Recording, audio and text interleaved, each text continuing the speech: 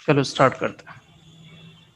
ठीक है, अब ट्रिगोनोमेट्री का एप्लीकेशन बेसिक फील्ड में हम कैसे समझते हैं या फिर कैसे किया जाता है। ठीक है, देखो पहले तो हम समझते हैं कि एक ट्राइंगल में अगर मुझे ट्रिगोनोमेट्री अप्लाई करना तो वो कैसे किया जाता है। जैसे सबसे पहले तो आप एक राइट एंगल ट्राइंगल लो, क्योंकि हम ट्रिगोनोमेट्री में राइट एंगल ट्राइंगल की ही स्टडी करेंगे, जिसमें आपके पास एक राइट एंगल्स होना चाहिए। ये आपके पास राइट एंगल है। अच्छा, अब इस राइट एंगल के अलावा बाकी जो दोनों एंगल है, हम इन एंगल को बोलते हैं एक्यूट एंगल। मतलब इन एंगल का वैल्यू 90 से कम है, मतलब 0 और 90 के बीच में ही इनका वैल्यू 0 से ज्यादा होगा, 90 से कम होगा। एंगल सी का भी सेम, 0 से ज्यादा होगा, 90 से कम होगा। ऐसे एंगल्स को हम एक्यूट एंगल बोलते हैं। अच्छा, जब हमें किसी भी ट्रायंगल में एप्लीकेशन ऑफ ट्रिगो करना है तो सबसे पहले आप देखो जो एक्यूट एंगल आप यूज करोगे, क्योंकि हम ट्रिगोनोमेट्री में बेसिकली 6 रेशियो की बात करते हैं, sine theta, cos theta, tan theta, और फिर हम इनका रेसिप्रोकल, जैसे कि साइन का कॉसेक होता है ना, कॉस का सेक होता है, टेन का कॉट होता है। हम इन रेशियोज को यूज करते हैं, टोटल 6 रेशियो। तो रेशियो मतलब क्या होता है, जैसे ट्रिगोनोमेट्री में जो साइड होते हैं ना, दो साइड के बीच में रेशियो। ठीक है, अब अलग अलग रेशियो अलग अलग यहाँ ट्रिगोनोमेट्रिक रेशियो को रिप्रेजेंट करता है। जैसे साइन थीटा की अगर बात करें तो साइन थीटा परपेंडिकुलर और हाइपोटेनस के बीच के रेशियो को बोला जाता है। ये इन दोनों साइड के बीच का रेशियो है। तो उसी तरह कोई भी दो साइड आप ले लो, रैंडमली कोई भी दो साइड ले लो, उनका एक रेशियो बनाओ, तो इनमें से ही वो कोई एक रेशियो होगा। ठीक है, अच्छा अब हम कौन से साइड को क्या बोलते हैं वो समझना कैसे होता है। देखो, अगर मान लो आप एक्यूट एंगल लेते हो सी में, तो आपको इसकी ठीक अपोजिट में जो साइड मिलेगा ना ए बी, हम उसे बोलेंगे परपेंडिकुलर। और 90 डिग्री के ठीक अपोजिट में जो साइड होगा उसे बोलेंगे हम हाइपोटेनियस। और जो थर्ड साइड होता है उसे हम बेस बोलेंगे। ये ऑब्वियसली अपने जो रेशियो वाला पोर्शन है और ट्रिगोनोमेट्रिक रेशियो, उसमें ऑलरेडी आपने किया हुआ है, बट फिर भी मैंने आपको एक बार के लिए तो बता दिया कि अगर हम एक्यूट एंगल यहाँ लेते हैं तो परपेंडिकुलर ठीक इसके ऑपोजिट में होगा। ध्यान रखो, ठीक ऑपोजिट में परपेंडिकुलर। इसका मतलब यह है कि अगर मैंने एक्यूट एंगल इस जगह ले लिया होता एंगल ए में, तो मुझे परपेंडिकुलर ठीक ऑपोजिट में यहां मिलता, जहां पे अभी बेस है वहां मुझे परपेंडिकुलर मिल जाता, और बेस तब यहां चला जाता। ठीक है, पहली बात ये। एंड अब आते हैं एप्लीकेशन ऑफ ट्रिगो में मिनिमम रिक्वायरमेंट क्या है। तो एप्लीकेशन ऑफ ट्रिगो के लिए आपको मिनिमम रिक्वायरमेंट है एक एक्यूट एंगल। ठीक है, एक एक्यूट एंगल का वैल्यू। ठीक है, एंड वन साइड, कोई भी एक साइड, जैसे 3 साइड होते हैं परपेंडिकुलर, हाइपोटेनियस और बेस, कोई भी एक साइड, ये मिनिमम रिक्वायरमेंट है। अगर ये मिनिमम रिक्वायरमेंट आपके पास है तो फिर आप बाकी दो साइड निकाल सकते हो ट्रिगोनोमेट्री को अप्लाई करके। ठीक है, एक छोटा सा डेमो देखो, और इसमें हम यहां पे एक्यूट एंगल मान लो मैं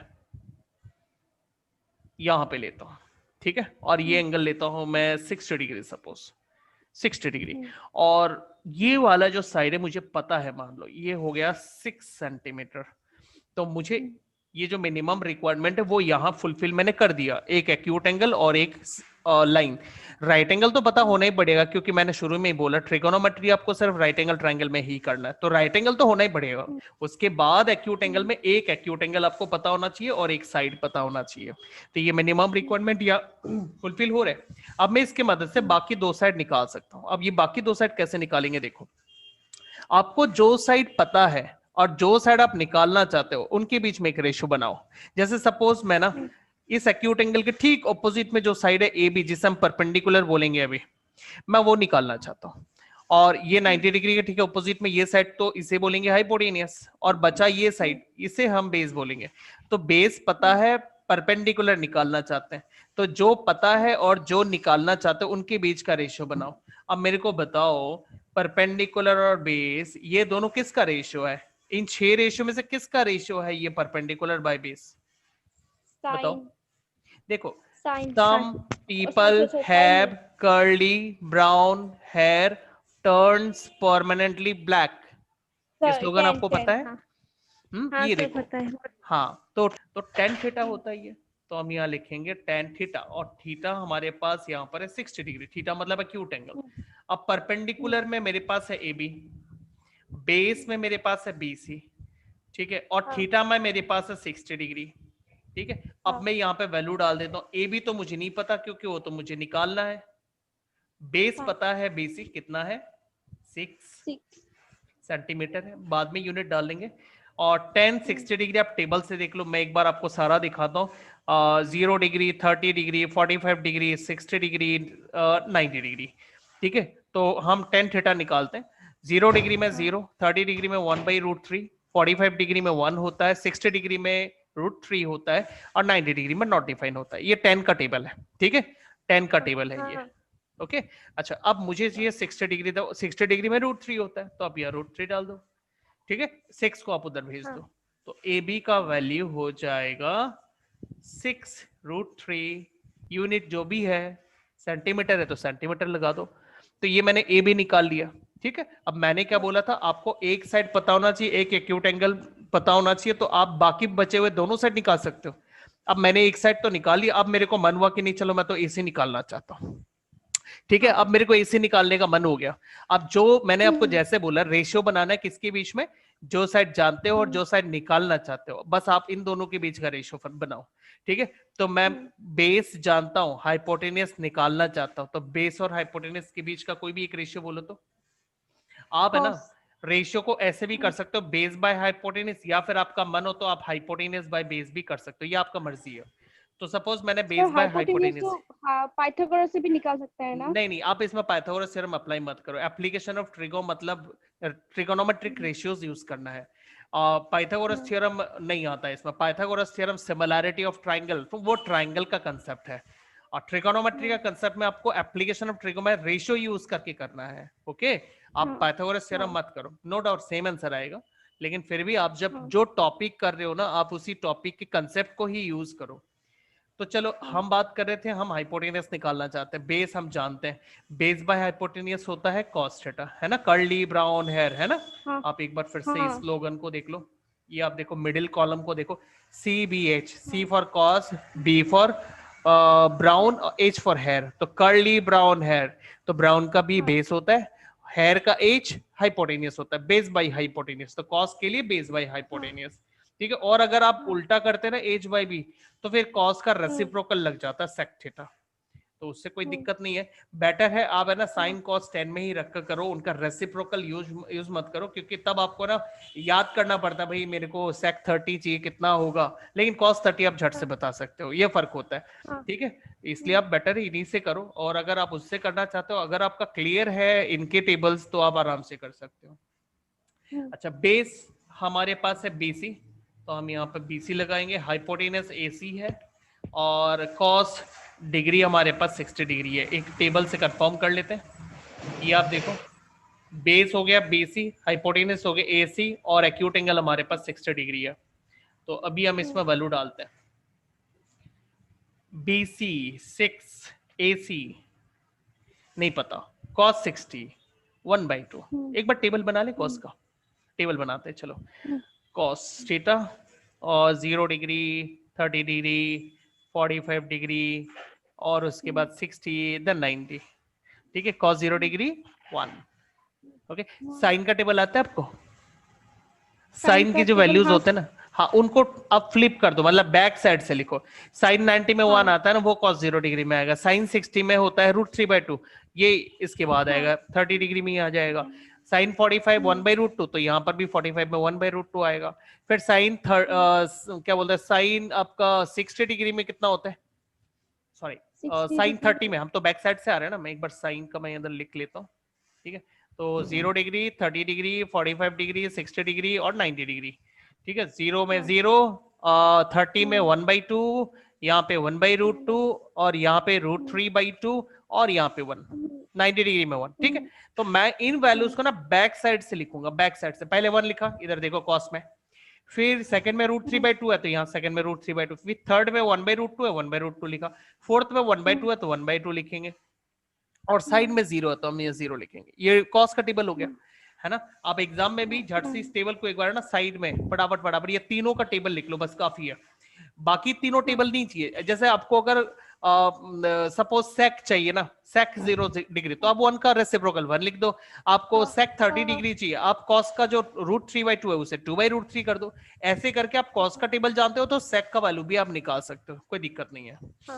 तो अभी ये मैंने यहाँ वैल्यू डाल दिया, cos 60 में 1/2, देन आप इसमें क्रॉस मल्टीप्लाई करो।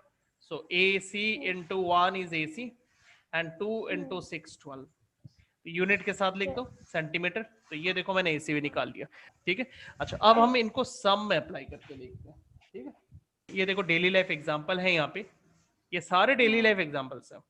ट्रिगोनोमेट्री का एप्लीकेशन हमारे डेली लाइफ में कैसे होता है, देखो हम इस स्टोरी को पढ़ते हैं, पढ़ के देखते हैं इसमें क्या बोलने की कोशिश कर रहे हैं। देखो, a tower stands vertically on the ground from a point on the ground which is 15 meter away from the foot of the tower। देखो एक पॉइंट है ग्राउंड में, तो ये ग्राउंड आप देख रहे हो, तो पॉइंट है ग्राउंड में जो कि टावर से 15 मीटर की दूरी पर है। पूरा पढ़ोगे तो पता लगेगा, यहां तक पढ़ो ना।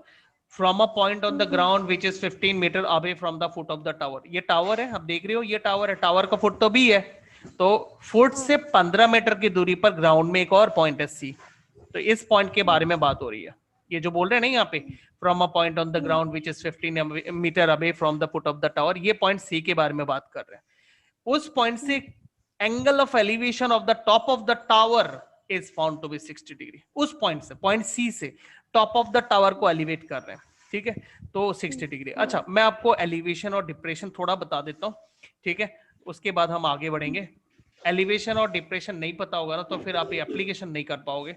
एलिवेशन का मतलब है, मान लो आप यहां से देख रहे हो, यहां आपका आई है, ठीक है, यहां से आप देख रहे हो।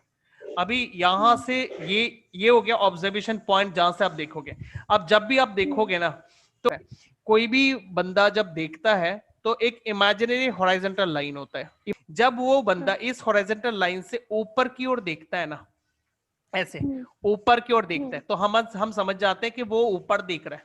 और अगर जब इस हॉरिजॉन्टल लाइन से नीचे की ओर देखता है ना, तो हम समझ जाते हैं कि वो बंदा नीचे देख रहा है, और ये हॉरिजॉन्टल लाइन है। तो इस इमेजिनरी हॉरिजॉन्टल लाइन को हम हर कोई डिटेक्ट कर सकते हैं। मेरा हॉरिजॉन्टल लाइन आप डिटेक्ट कर सकते हो, आपका हॉरिजॉन्टल लाइन मैं डिटेक्ट कर सकता हूं। आप ऊपर देख रहे हो नीचे देख रहे हो, मैं आराम से बता दूंगा कि आप ऊपर देख रहे हो नीचे देख रहे हो, ठीक है, आप भी बता सकते हो। तो ये इमेजिनरी हॉरिजॉन्टल लाइन की वजह से होता है, ठीक है। ये जो जिस लाइन के थ्रू आप देख रहे हो ना, इस लाइन को बोलते हैं लाइन ऑफ साइट, इसे बोलते हैं लाइन ऑफ साइट। और ये हो गया हॉरिजॉन्टल लाइन रे के बीच में। ये जो हॉरिजॉन्टल लाइन है या रे है, और ये जो लाइन ऑफ साइट है, इन दोनों के बीच में जो एंगुलर डिस्टेंस होगा, इस एंगल को हम बोलेंगे एंगल ऑफ एलिवेशन। और नीचे वाला सर एंगल ऑफ डिप्रेशन होगा। हाँ, बढ़िया। तो इसको बोलेंगे एंगल ऑफ डिप्रेशन, बस, ठीक है, ओके। तो अभी इस डायग्राम में हम बात कर रहे थे कि ये जो पॉइंट सी है ना, वहां से एंगल ऑफ एलिवेशन हो रहा है of the top of the tower का। टावर का टॉप ए है, तो सी से ऑब्जर्वर पॉइंट ए को देख रहा है। तो सी से अगर पॉइंट ए को देख रहा है, तो ये जो लाइन है, इस लाइन को हम हॉराइजन बोलेंगे, ग्राउंड हॉराइजन का काम कर रहा है, ठीक है। अच्छा, अब कोई ऑब्जर्वर अगर वहां से देख रहा है, तो एक बात बोलूं, यहां पे अगर मेंशन नहीं किया ऑब्जर्वर, ये नहीं कि हमारी आंख ही हमेशा ऑब्जर्वर होगा, ऐसा जरूरी नहीं है, ठीक है। मान लो यहाँ कोई डिवाइस रख दिया और उससे उसका एलिवेशन किया जा रहा है उस पॉइंट का, तो यहाँ पर कितना एंगल पर आ रहा है वो भी हो सकता है। जरूरी नहीं है कि हमेशा यहाँ पर कोई इंसान ही खड़ा हो, है ना। तब आप सोच सकते हो अगर इंसान खड़ा है तो ग्राउंड से कैसे एलिवेट कर रहा है उस इंसान, अगर मान लो वो बंदा इस हाइट का है और वो यहां से ऑब्जर्व कर रहा है, तो कम से कम इतने हाइट के ऊपर से तो ऑब्जर्वेशन होना चाहिए था। तो अगर ऐसा होता, कोई इंसान ही एलिवेट करता हमेशा, तो उसका हाइट जरूर मेंशन करेगा। आपको ऐसे क्वेश्चंस मिलेंगे। आपको पॉइंट सी से अगर बोला है, भले वो सी ग्राउंड पे है, तो आपको वही से एलिवेट करना, आपको अपने मर्जी से हाइट अज्यूम नहीं करना है। तो ये ग्राउंड हो गया हॉरिजॉन्टल लाइन, और यहां से ऊपर ये एलिवेशन गया। इस लाइन को हम बोलेंगे, ये जो एसी है, इस लाइन को बोलेंगे लाइन ऑफ साइट। अब ये हॉरिजॉन और लाइन ऑफ साइट के बीच में जो आप 60 डिग्री देख रहे हो, इसे बोलेंगे एंगल ऑफ एलिवेशन। यही बोला गया यहाँ पर, ठीक है। मैं इस क्वेश्चन को थोड़ा डीपली समझाने की कोशिश कर रहा हूँ, फर्स्ट क्वेश्चन है इसलिए, बाकी क्वेश्चन से इतना टाइम नहीं लगेगा हमें। अब यहाँ पे हमसे, हाँ, हमें हाइट ऑफ द टावर निकालना है।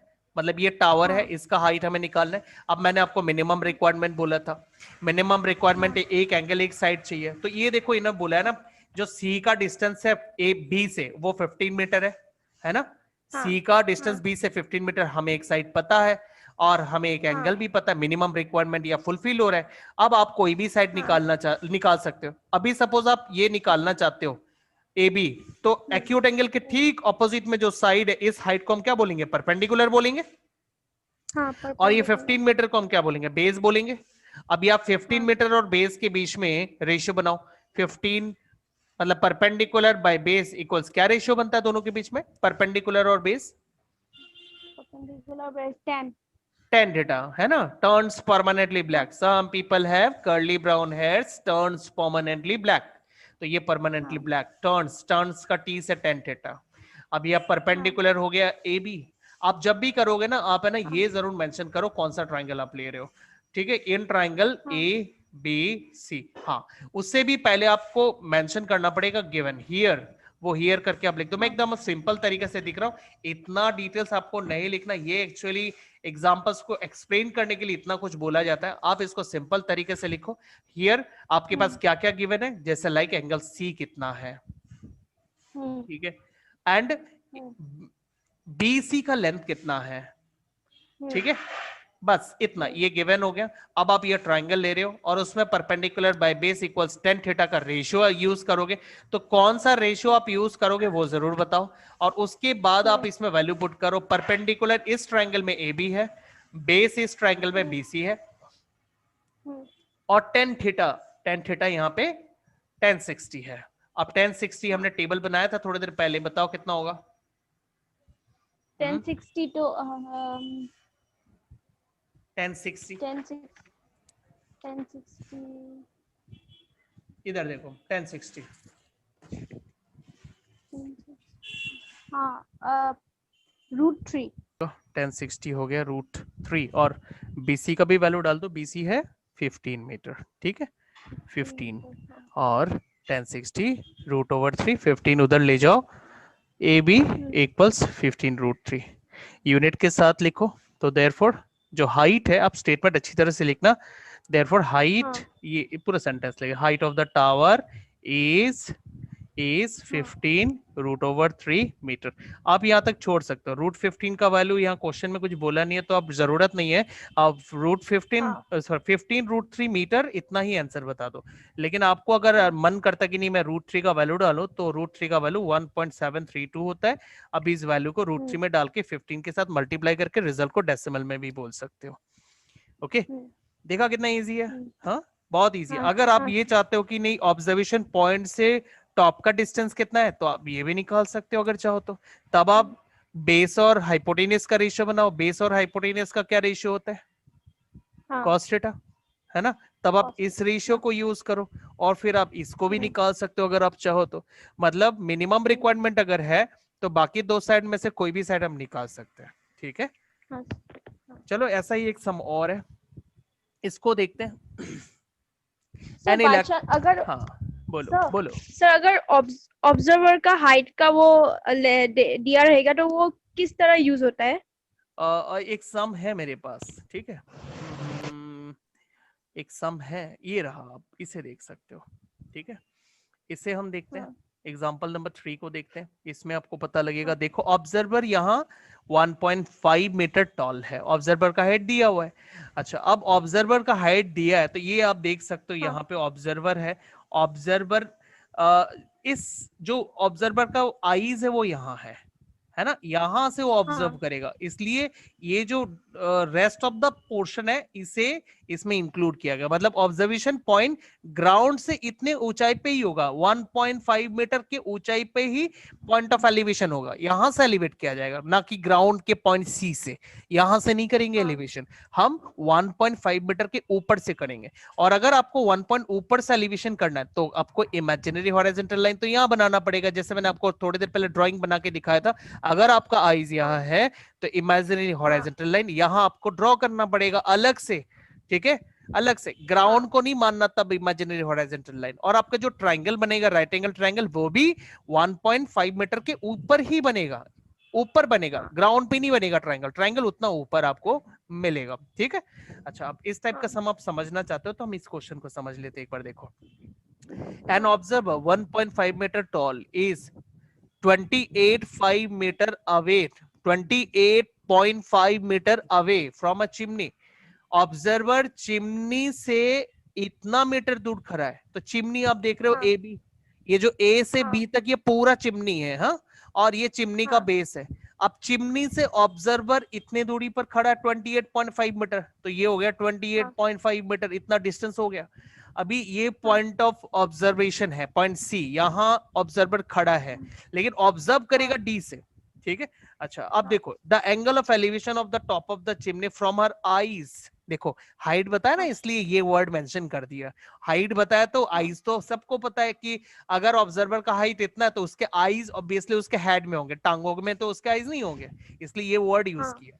अच्छा, तो पॉइंट ऑफ ऑब्जर्वेशन आपको 1.5 मीटर ऊपर लेना और एंगल ऑफ एलिवेशन 45 डिग्री है ना। The angle of elevation of the top of the chimney, chimney के टॉप को, चिमनी का टॉप ए है तो ए को ऑब्जर्व करेगा, ठीक है, 45 डिग्री से, तो पॉइंट ऑफ ऑब्जर्वेशन डी में है, तो डी से 45 डिग्री ऊपर, लेकिन कहां, इमेजिनरी हॉरिजॉन्टल लाइन के ऊपर। तो ये लाइन आप खुद बनाओगे, ये लाइन बना हुआ नहीं मिलेगा, ये लाइन आप खुद बनाओगे। अभी इस लाइन के ठीक ऊपर ये लाइन ऑफ साइड जा रहा है ए के तरफ, डी से ए के तरफ, तो इन दोनों के बीच में यहाँ पे 45 डिग्री आपको मिलेगा, ठीक है।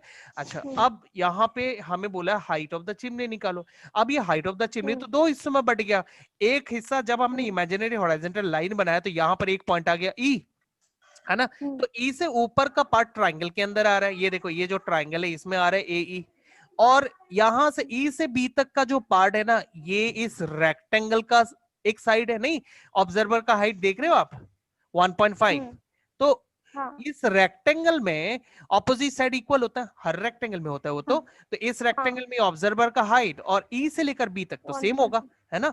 मैं ई से बी तक का हाइट को भी 1.5 बोल सकता हूँ। तो मतलब क्या है ना, आप है ना ए से ई तक का पता लगा लो, बस और कुछ नहीं चाहिए, आप ए से ई तक पता लगा लो और उसके साथ हम इस 1.5 को जोड़ देंगे तो हमें पूरा का पूरा चिमनी का हाइट मिल जाएगा।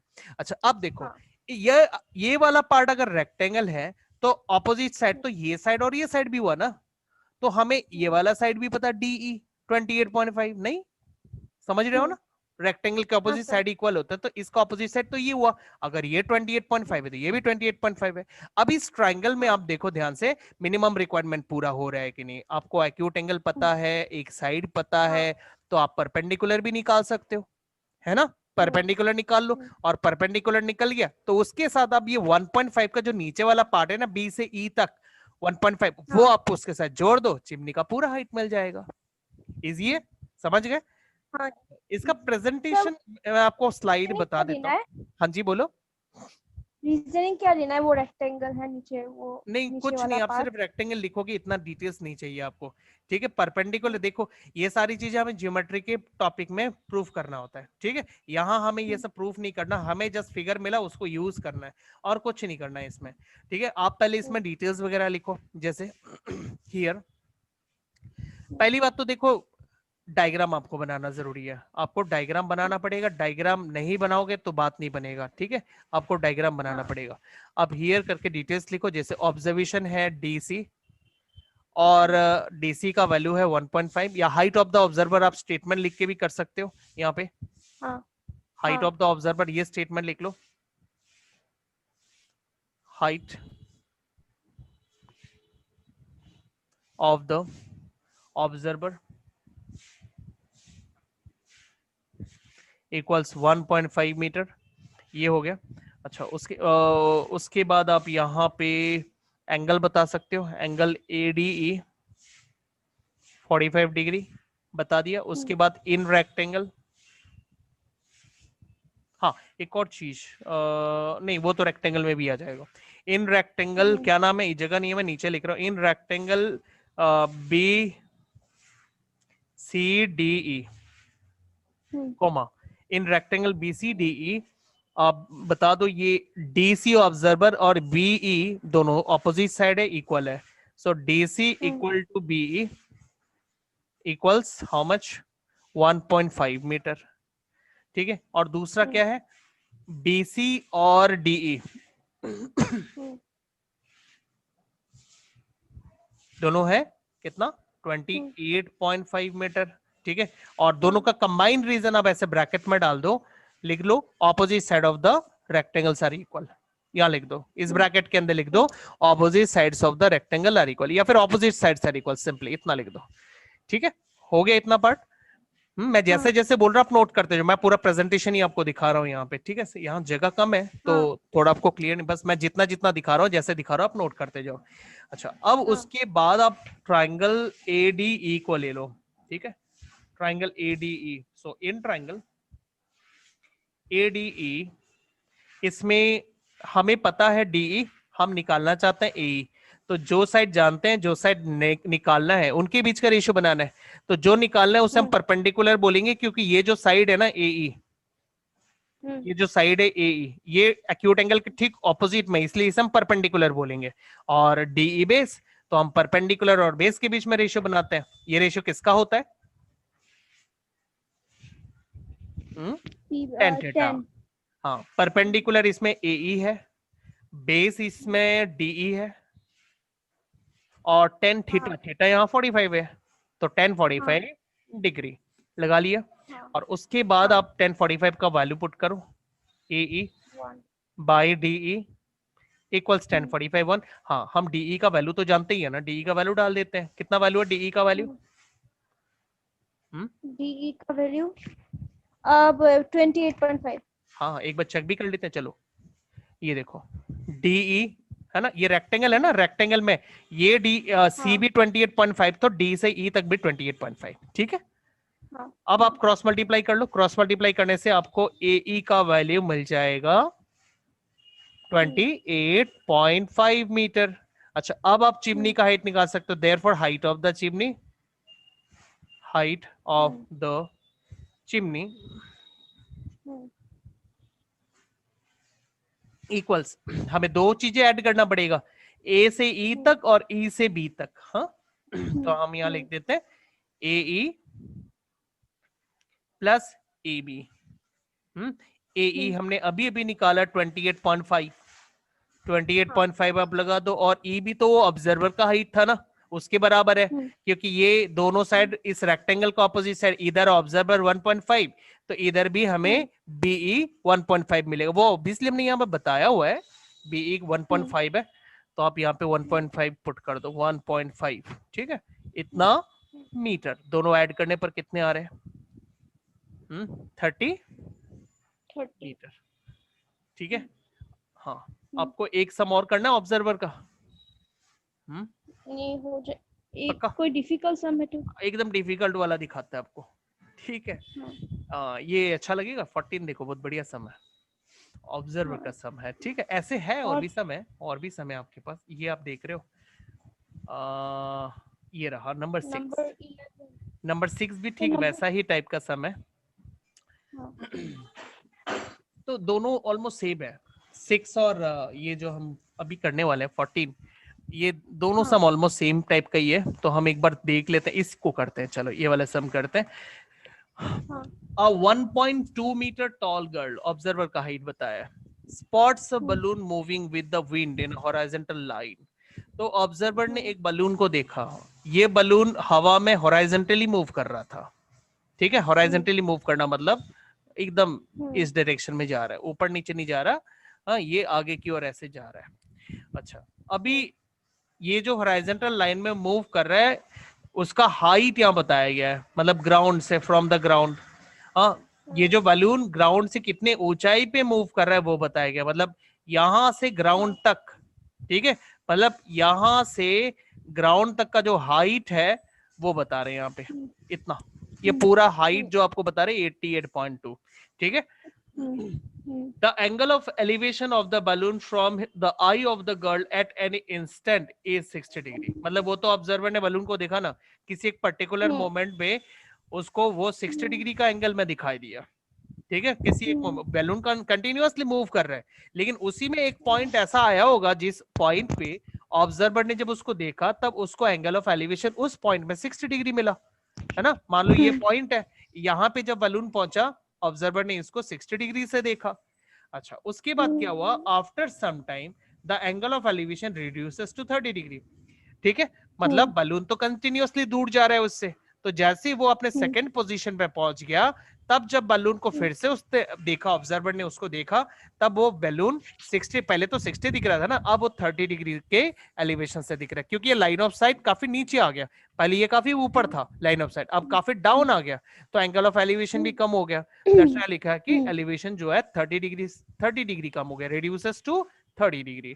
ठीक है, अब सवाल पूछा find the distance travel by the balloon during the travel. तो इस ट्रैवल में ये कितना डिस्टेंस ट्रैवल करता, मतलब ये इसका फर्स्ट पोजीशन है और ये इसका सेकंड पोजीशन है, तो ड्यूरिंग दिस टू पोजीशन कितना डिस्टेंस है, आपको ये डिस्टेंस पता लगाना है। तो हम एक काम करते हैं, इसमें कैसे करेंगे इसको, पहले तो ये आप यहाँ एक रेक्टेंगल बनाओ, ठीक है, ऑब्जर्वर इधर है, मान लो ये ए है ऑब्जर्वर, ठीक है, और ये ऑब्जर्वर का फुट जहां पर है वहां मैं उस पॉइंट को बी मान लेता हूँ, ठीक है। यहाँ पे बलून, इस बलून के ठीक नीचे, मतलब पहले इस बलून को ले लेता हूँ, इस बलून के ठीक नीचे ग्राउंड में जो पॉइंट है उस पॉइंट को मैं सी ले लेता हूँ, इस पॉइंट को मैं डी ले लेता हूँ, फिर यहाँ पर जो ऑब्जर्वर के आई से जो एक लाइन आ रहा है ना, इमेजिनरी हॉराइजन डॉटेड लाइन आप देख रहे हो यहाँ पर, इसको मैं ई ले लेता हूँ, पॉइंट ई, ठीक है, इससे मैं पॉइंट ई ले लेता हूँ, ए पॉइंट को मैं एफ ले लेता हूँ, ठीक है। उसके बाद आप अलग अलग पॉइंट ले लो, ये जैसे यहाँ इसको मैंने जी ले लिया, मतलब इस बलून के इस पोजीशन को जी ले लिया, बलून के इस पोजीशन को एच ले लिया, इस तरह लेबलिंग कर लो। अब लेबलिंग करने के बाद आप यहाँ पे देखो, ये जो पूरा हाइट है ना बलून का ग्राउंड से लेकर, वो तो 88.2 है, लेकिन ये जो नीचे का गैप है ना, डी से ई, एफ से सी और ए से बी, ये सारा गैप क्या सेम है, क्योंकि यहाँ एक रेक्टेंगल बन रहा है, तो ऑब्जर्वर का हाइट यहाँ पे बता रहा है 1.2 मीटर, तो फिर ये जो ए बी है, एफ सी है, ईडी है, सब 1.2 होगा कि नहीं, सब 1.2 होगा, क्योंकि ये तो जैसे ये एक रेक्टेंगल है तो इसमें opposite side same, A B और एफ सी सेम, तो एफ सी 1.2, फिर इस वाले रेक्टेंगल में आ जाओ, एफ सी और ईडी सेम, तो ये भी 1.2 मीटर होगा, तो इस तरह से ये जो पार्ट है ये 1.2 मीटर का है। अच्छा, अब ई, एच से ई तक कितना होगा फिर, क्योंकि एच से डी तक तो इतना है और ई से डी तक 1.2 है, तो फिर मेरे को बताओ एच से ई तक कितना होगा। तो एक बार 1.2 वाला फिर से समझा दीजिए ना। हम एक अलग सा डायग्राम बनाते हैं, ठीक है। हाँ चलो, ये डायग्राम हमने बना लिया, यहाँ पे ऑब्जर्वर है सपोज, ठीक है, ये ऑब्जर्वर है मान लो, ठीक है, ये ऑब्जर्वर, अभी इसका हाइट यहाँ पे है 1.2 मीटर, ठीक है। अच्छा, इस ऑब्जर्वर के हाइट को ना मैं ए बी मान लेता हूँ, ठीक है, और ये मैं यहाँ पर ऐसे ले लेता हूँ, ए बी सी डी ई, तो यहाँ पे ये रेक्टेंगल देख रहे हो आप, तो और रेक्टेंगल के तो ऑपोजिट साइड सेम होते हैं, तो डीई का मेजरमेंट 1.2 ही होगा ना। हाँ, इस यही मैंने बोला था कि इसका 1.2 होगा, एंड यहाँ पे इसका नाम, इसको हम ऐसे ले लेते हैं, ई एफ जी एच, ये नाम डाल देते हैं। देखो बलून का जो पूरा हाइट है ना बलून का जो पूरा हाइट है वो आपको 88 पॉइंट कितना दिया था, एक बार चेक कर लेते हैं, 88.2 मीटर, ये पूरे बैलून का हाइट था, एकदम टॉप से ग्राउंड तक, ठीक है, टॉप से ग्राउंड तक ये हाइट था। अच्छा, अब हमें फर्स्ट पोजीशन, ये हो गया फर्स्ट पोजीशन, ये हो गया सेकंड पोजीशन। अभी फर्स्ट पोजीशन का एलिवेशन 60 डिग्री था, सेकंड पोजीशन का एलिवेशन 30 डिग्री था, है ना। सेकंड पोजीशन एज को ऑब्जर्व जब करेगा through this line of site, है ना, 30 डिग्री था, और फर्स्ट पोजीशन को जब ऑब्जर्व कर रहा था यहाँ पे 60 डिग्री से एलिवेट कर रहा था, तो ये ऑब्जर्वेशन है। अच्छा, अब देखो ट्राइंगल जो बनेगा ना, राइट एंगल ट्राइंगल, जिसमें हम एप्लीकेशन ऑफ ट्रिगो करेंगे, वो अबव 1.2 मीटर बनेगा फ्रॉम ग्राउंड, ठीक है, ग्राउंड पे नहीं बनेगा, ग्राउंड से 1.2 मीटर के ऊपर बनेगा, जैसे कि एक ट्राइंगल है ए डी ई और दूसरा ट्राइंगल ए जी एच, ये दोनों ट्राइंगल ग्राउंड से 1.2 मीटर के ऊपर बनेगा। तो अगर ग्राउंड से 1.2 मीटर ऊपर बनेगा तो फिर डीसी का हाइट 1.2 और जीएफ का हाइट 1.2 मीटर, सही है ना। तो फिर अगर पूरे बलून का हाइट 88.2 मीटर है तो बताओ H से G का हाइट कितना होगा? H से G G तक, G का हाइट 1.2 माइनस 88.2। ऐसे नहीं बोलते, बोलते हैं 88.2 माइनस 1.2, हाँ बड़ा से छोटा, 88.2 तो माइनस, कितने आ जाएंगे? 87, ठीक है, हाँ 87, 87 मीटर बोलते हैं। तो ये हो गया, ये जो ट्राइंगल आप देख रहे हो ट्राइंगल का परपेंडिकुलर, ये जो ट्राइंगल है इसका एच जी ये हो गया 87, ठीक। यहां पर भी ई डी 87, हाँ सही है ना, ई से लेकर हाँ डी तक 87 है ना। अच्छा, अब इसको प्रेजेंट कैसे करेंगे, सुनो। हियर आप दोनों एंगल्स बताओ, E E A D B E 60 degree है, और हाँ E B A हाँ नेक्स्ट एंगल क्या था? एच ए G जी, और वो है 30 हाँ डिग्री, ठीक है, 30 हाँ डिग्री। अच्छा, और डिटेल्स हाँ हमारे पास क्या है? ये जो ऑब्जर्वर है ना, हाँ इसको बता देता हूँ, ऑब्जर्वर ए बी, या फिर हाइट ऑफ द ऑब्जर्वर आप ऐसे स्टेटमेंट लिखो इसके लिए, हाइट ऑफ द ऑब्जर्वर हम मेंशन कर देते हैं वो ए बी है, तो 1.2, और height of the balloon, height of the balloon from the ground, from the ground, ये स्पेसिफाई कर देते हैं ग्राउंड से, ठीक है, ग्राउंड से उसका हाइट है 88.2 मीटर। ओके, ये अब डिटेल्स हो गया। अच्छा, अब हम रेक्टेंगल यूज करते हैं, हमारे पास क्या क्या रेक्टेंगल है, तो जैसे कि इन रेक्टेंगल, इन रेक्टेंगल्स, ये सॉरी मैंने एक ट्राइंगल का सिंबल यहाँ डाल दिया गलती से। सो इन रेक्टेंगल्स, दो रेक्टेंगल हम यूज करेंगे, ठीक है, दो रेक्टेंगल्स। एक रेक्टेंगल हो गया फर्स्ट वाला, जैसे कि A B C D, and दूसरा रेक्टेंगल हो गया C D G F, C D G F.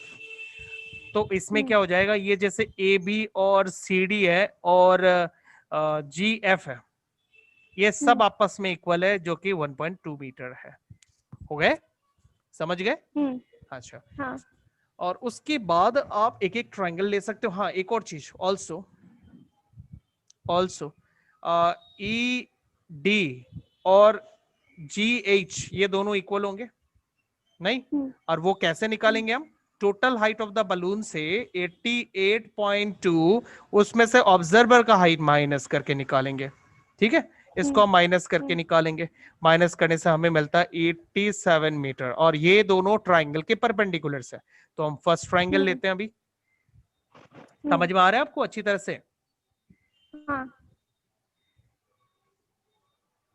अभी हम फर्स्ट ट्राइंगल लेते हैं, जैसे कि फर्स्ट ट्राइंगल लेते हैं जब वो 60 डिग्री से एलिवेट हो रहा था ना, इन ट्राइंगल ए डी ई, हम इस ट्राइंगल को यूज करते हैं।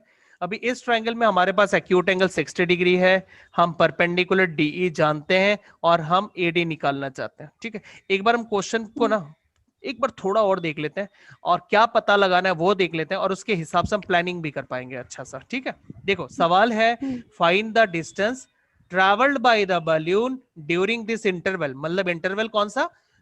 वो जो ऑब्जर्वर है उसने फर्स्ट टाइम बलून को कहां देखा था और सेकंड टाइम बलून को कहां देखा था, ये दोनों इंटरवल है, इन दोनों इंटरवल का बीच का डिस्टेंस पूछा है, तो हमें जी से मतलब एच तक का डिस्टेंस निकालना है। हाँ ओके, F E हाँ एक ही बात है, एक ही बात है, जी से एच बोल लो, एफ से ई बोल लो, सी डी बोल लो, सब एक ही बात है, ठीक है, क्योंकि ये तो लाइन परपेंडिकुलर है ना, परपेंडिकुलर के बीच के जो डिस्टेंस होते हैं वो सारे सेम होते हैं, तो आप सभी सेम बोल सकते हो, जी से एच, एफ से ई या सी से डी, सब एक ही बात है। तो अगर आप एफ से ई निकालना चाहते हो, आप कैसे निकालोगे ये सोचो, आप प्लान बनाओ कैसे निकालेंगे सर हम। दोनों जैसे ट्रायंगल का बेस निकाल के माइनस करना बहुत पड़ेगा। सिंपल है, प्लान बन गया। तो हम अभी दोनों ट्रायंगल का बेस निकालेंगे, अभी तो हम एडी बेस निकालेंगे, और बाद में हम बड़े वाले ट्रायंगल का बेस निकालेंगे ए से जी तक, और दोनों के बेस को माइनस करके डी से जी तक का लेंथ निकालेंगे। ये हमारा पूरा प्लान बन गया। अब हम सबसे पहले हाँ। एडीई ट्रायंगल का बेस निकालते हैं। अच्छा, अब बेस निकालना है, परपेंडिकुलर जानते हैं, इन दोनों के बीच में क्या रेशियो बनेगा? 10। tan theta. परपेंडिकुलर हो गया डीई और बेस हो गया, बेस कितना?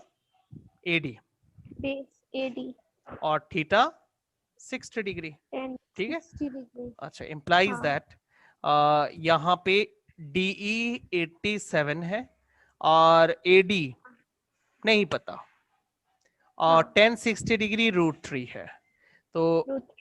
अभी एडी को आप उधर ले जाओ, √3 को इधर लेके आओ, इसे हम ऑल्टरनेंडो बोलते हैं, है ना।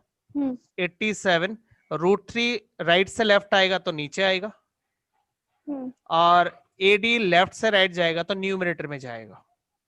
ठीक है, तो हमें एडी का लेंथ मिल गया, therefore AD equals 87 by √3 metre, unit के साथ लिखना। हाँ, अच्छा, अब हमारा नेक्स्ट टारगेट है दूसरे ट्राइंगल का बेस निकालना, और दूसरा ट्राइंगल है right angle triangle A ji H, और इसमें हमारे पास एक्यूट एंगल है 30 डिग्री, परपेंडिकुलर है 87।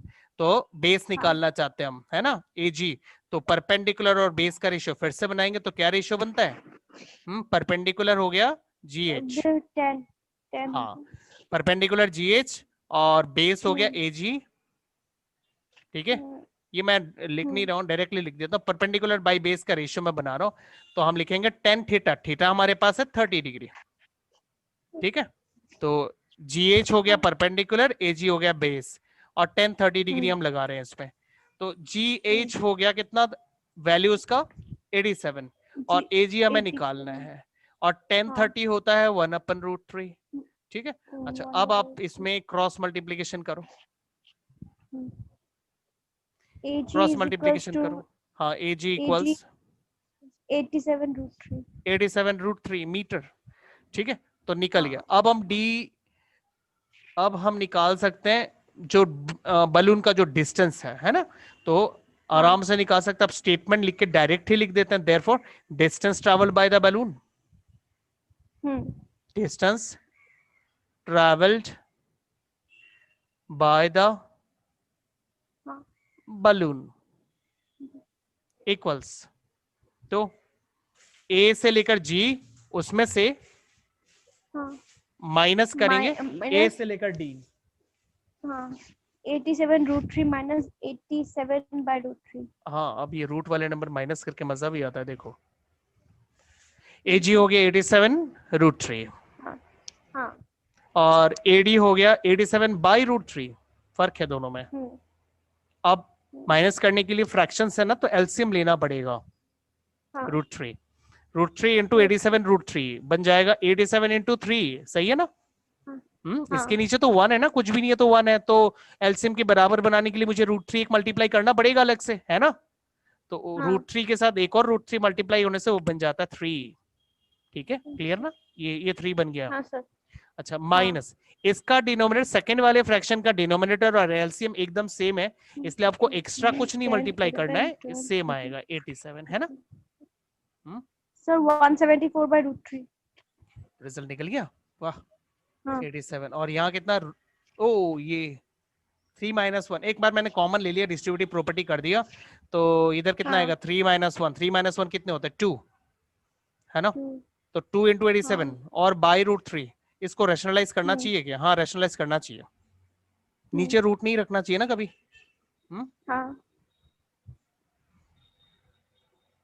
तो 174 √3/3। क्योंकि इधर 3 - 1 2 आता है, 2 इंटू दिस हो जाता है 174, 174। कट जाएगा, हाँ हाँ, कटेगा। और नीचे √3 इंटू √3 3। ठीक है, और ऊपर एक √3 आ रहा है नहीं, नीचे का √3 3 हो गया। अब ये कैंसलेशन कर देते हैं हम लोग, तो 3 5 जा 15, 17 में से 15 गया, 2 बचा, 2 और 4 24, 24 डिवाइडेड बाई 3 8। वाह, आ गया रिजल्ट 58 √3। ठीक है, ये हमने क्या निकाला, डिस्टेंस निकाला, बलून का डिस्टेंस, तो यूनिट के साथ लिख दो मीटर। ठीक है, ओके, चलो ये रिजल्ट आ गया। तो ये ऑब्जर्वर का हाइट वाले क्वेश्चंस तो आपका क्लियर हो गया। अब कुछ इस टाइप के क्वेश्चंस देखते हैं। चलो नंबर 11 टाइप के क्वेश्चंस देखते हैं, एग्जांपल से शुरू करते हैं। हाँ ये भी एक अच्छा समय, चलो सीरियली जाते हैं, एग्जांपल 4 भी देख लेते हैं, बहुत अच्छा समय है। From a point P on the ground, the angle of elevation of the top of a 10-meter tall building is 30. ये बिल्डिंग आप देख रहे हो यहाँ पे, इस बिल्डिंग का हाइट 10 मीटर है और 10 मीटर के ऊपर जो टॉप है वो है पॉइंट बी। तो फ्रॉम अ पॉइंट पी, तो पी हो गया point of observation on the ground, ये ग्राउंड में है पॉइंट ऑफ ऑब्जर्वेशन, मतलब इस बार ऑब्जर्वर का हाइट नहीं लेना है आपको, ठीक है। पॉइंट ऑफ ऑब्जर्वेशन एकदम ग्राउंड पे है तो कोई हाइट नहीं आएगा। Angle of elevation of the top of 10 metre building is 30 degree, मतलब ये जो पॉइंट बी है इसको पॉइंट पी से अगर ऑब्जर्व किया जाए तो एंगल बनता है 30 डिग्री, एंगल ऑफ एलिवेशन। अच्छा, a flag is hoisted at the top of the building and angle of elevation of the top of flag staff from P is 45 degree. अच्छा, top B में एक flag लगाया गया है, अब flag का top है डी एंड उसी पॉइंट पी से जब डी को ऑब्जर्व किया गया तो एंगल ऑफ एलिवेशन मिला 45 डिग्री, ये रहा, ठीक है। The angle of elevation of the top of the flag stub, top of the flag stub को फ्रॉम पी से जब एंगल ऑफ एलिवेट किया गया तो 45 डिग्री मिला, ठीक है। और बिल्डिंग के टॉप को, बिल्डिंग का टॉप कहां पर है, बी में, जब बी को एलिवेट किया तो 30 डिग्री मिला, डी को एलिवेट किया तो 45 डिग्री मिला। याद रखो, सारे पॉइंट्स याद रखो। अब सवाल सुनो, find the length of the flag staff, length of the flag staff मतलब बीडी, ओके, ये बीडी है, इसका लेंथ आपको निकालना है, and the distance of the building from the P, तो पी से बिल्डिंग का डिस्टेंस मतलब एपी, तो आपको दो चीज निकालना है, बीडी निकालना है और एपी निकालना है, ठीक है। तो देखो सबसे पहले हम क्या करेंगे, हम एक ऐसा ट्रायंगल ढूंढेंगे जिसमें हमें एक्यूट एंगल और एक साइड पता हो। ऐसे तो यहाँ दो राइट एंगल ट्रायंगल है, एक राइट एंगल एबीडी और सॉरी पीबी ए, हाँ ये पी ए बी ये हो गया एक triangle and P A D ये हो गया दूसरा ट्रायंगल। हमारे पास दो ट्रायंगल, अब मुझे दोनों में से एक ऐसा ट्रायंगल सेलेक्ट करना है जिसमें हमें एक्यूट एंगल और साइड पता हो। तो बताओ कौन सा ट्रायंगल है इसमें, एपीबी, एपीबी। इसमें बिल्डिंग का हाइट हमारे पास है ना 10 मीटर, है ना, 10 मीटर है बिल्डिंग का हाइट, तो बिल्डिंग का हाइट यूज करेंगे, 30 डिग्री का एंगल यूज करेंगे और फिर एपी हम निकाल सकते हैं, क्योंकि ये हमारे क्वेश्चन में ही है कि आपको distance of the building from the point P, ये आपसे पूछा ही है, मतलब एपी हमें निकालना है, तो हमें एपी निकालना है, ए बी पता है, एक्यूट एंगल भी पता है, तो आराम से इनके बीच में रेशियो बना सकते हैं। तो सबसे पहले आप यहाँ पे इस ट्रायंगल को ले लो और गिवन आप लिख लोगे, जो हम ईयर करके लिखते हैं, गिवन लिख लोगे ना, गिवन में आपको एंगल्स बताने हैं, बिल्डिंग का हाइट बताना और कुछ नहीं बताना, ठीक है। दोनों एंगल्स का मेजरमेंट बताना, बिल्डिंग का हाइट बताना और फिर आप ट्रायंगल ले लो। तो हम एपीबी ट्रायंगल लेते हैं पहले। एपीबी ट्रायंगल में हम बेस निकालना चाहते हैं और परपेंडिकुलर हमें पता है, तो परपेंडिकुलर एबी और बेस एपी, तो परपेंडिकुलर बाय बेस में क्या रेशियो होता है, टेन थीटा, थीटा हम 30 डिग्री ले लेते हैं और ए बी 10 है, एपी नहीं पता, 10 30 डिग्री 1/√3, क्रॉस मल्टीप्लीकेशन करोगे ना तो ए बी का वैल्यू निकलेगा 10√3 मीटर। अच्छा चलो ये तो पता लग गया हमें, इसको मैं एक बार डायग्राम में भी मेंशन कर देता हूँ, मतलब हम कंक्लूजन स्टेटमेंट के साथ लिखेंगे, इसको यहाँ भी लिख सकते हो कंक्लूजन स्टेटमेंट के साथ। क्या लिखोगे स्टेटमेंट, द डिस्टेंस, यहां से लिखो the distance of the building from the point P is 10√3 meter, statement लिख लो आप, okay, the distance of the building from the point P is 10√3 meter, ये लिख लिया। मैं डायग्राम में भी मेंशन कर देता हूँ, डायग्राम आप लोग जरूर बनाओ, हाँ डायग्राम जरूर बनाओ, बिना डायग्राम के ट्रिगोनोमेट्री नहीं किया जाता, ठीक है। अच्छा अब हम दूसरा ट्रायंगल लेंगे, दूसरा ट्रायंगल लेकर हम उसमें से परपेंडिकुलर को निकालेंगे, ठीक है। परपेंडिकुलर निकाल के फिर हम इसको माइनस कर सकते हैं, ठीक है। ये इतना पार्ट माइनस कर देंगे तो हमें बीडी निकल मतलब पता लग जाएगा। अच्छा उसमें से एक और तरीका है, हम फ्लैग के हाइट को h ले लेते हैं और फिर हम a से d तक का जो लेंथ है ना, a से d तक, उसे हम 10 प्लस h बोल देंगे, a से b तक 10, b से d तक h, तो a से d तक का जो हाइट है उसे हम 10 प्लस h इतना बोल देंगे। अगर हम ऐसा करते तो हमें फिर बाद में माइनस करने की जरूरत नहीं है, हम डायरेक्ट निकाल लेंगे एज कितना है। ठीक है, तो चलो एक बार इसको कंप्लीट करते हैं। So let B D B H, ठीक है, और फिर हम in triangle A P D, ठीक है, ये बड़ा वाला ट्राइंगल हम ले रहे हैं एपीडी ट्राइंगल। तो एपीडी ट्राइंगल में हम एपी जानते हैं और हमारा फ्लैक्स टाइप परपेंडिकुलर में मौजूद है, लेकिन हम परपेंडिकुलर ए से डी तक लेंगे, है ना, क्योंकि हमारा ट्राइंगल तो एपीडी है ना, उसका परपेंडिकुलर एडी है। तो हम लिखेंगे एडी बाय बेस, बेस कितना एपी इक्वल्स 10 45 डिग्री, सही है ना। हाँ, ध्यान से देखो, इस ट्राइंगल में जो एंगल है वो 45 डिग्री का एंगल है, तो हम 45 डिग्री लेंगे। अच्छा, अब एडी हमने यहाँ निकाला है ना, एडी यहाँ बोला थोड़ी देर पहले बोला था, ए बी 10 हो गया और बी डी एच, तो पूरा एडी कितना हो जाएगा h प्लस 10, ठीक है। और एपी कितना अभी हमने निकाला था, एपी 10√3, और 10 45 होता है 1। अब क्रॉस मल्टीप्लाई करो, तो h प्लस 10 इज इक्वल्स 10√3, ठीक है। अच्छा, अब इस 10 को आप राइट साइड भेजो तो आपको h का वैल्यू मिलेगा 10√3 माइनस 10। अब 10 को कॉमन ले लो आप, सो 10 कॉमन लेने से √3 माइनस 1 इतना मीटर। अब ये हाइट निकल गया, h मिल गया। अब h हमने किसको लिया था, बीडी को लिया था, और बीडी फ्लैग स्टाफ है, तो यहां लिख दो देयरफॉर बीडी इक्वल्स, हाँ, इसमें आप वैल्यू डाल के सॉल्व एक बार कर सकते हो, मैं इसको कर ही लेता हूं यहाँ पर। √3 का वैल्यू 1.732 माइनस 1, माइनस करने पर कितना मिलेगा 0.732, और उसके साथ अगर हम 10 को मल्टीप्लाई कर दे तो 7.32 हाँ। इतना मीटर। अब कंक्लूड कर दो देयरफॉर हाइट, जो अब स्टेटमेंट है यहां से मैं आपको बता देता क्या लिखना है। Therefore height of the flag staff, यहां से लेकर यहां तक लिखो, therefore height of the flag staff is, या sorry the length of the flag staff is 7.32 metre. Conclude कर दो, सेंटेंस लिख दो, the height of the flag staff is 7.32 metre, ठीक है, इजी है। हाँ। ओके, ये वाला सम देखो, नंबर 5। नंबर 5 में मैं आपको ना एक अलग सा सम समझाता हूँ, ये नहीं, ये हम बाद में डिस्कस कर लेंगे, ठीक है। मैं आपको एक रियल लाइफ एक्टिविटी समझाता हूँ आपको। देखो, रियल लाइफ एक्टिविटी, मान लो आप किसी फॉरेस्ट में हो, ठीक है, और यहां से मान लो कोई रिवर ऐसे आ रहे, ठीक है, ये रिवर है मान लो कोई। अच्छा, अब रिवर के किनारे को हम क्या बोलते हैं, रिवर बैंक बोलते हैं, है ना। तो आप है ना इस साइड खड़े हो, आप इस साइड खड़े हो इस रिवर बैंक में, और उस साइड में एकदम ऑपोजिट साइड में वहां पे एक ट्री है, ठीक है। अब मेरा ड्राइंग ज्यादा अच्छा नहीं है, एडजस्ट कर लो। उस साइड में एक ट्री है। अब ये ऑब्जर्वर उस तरफ नहीं जा सकता क्योंकि कोई बोट नहीं है, लेकिन वो यहां से पता लगाना चाहते ये ट्री का हाइट क्या है।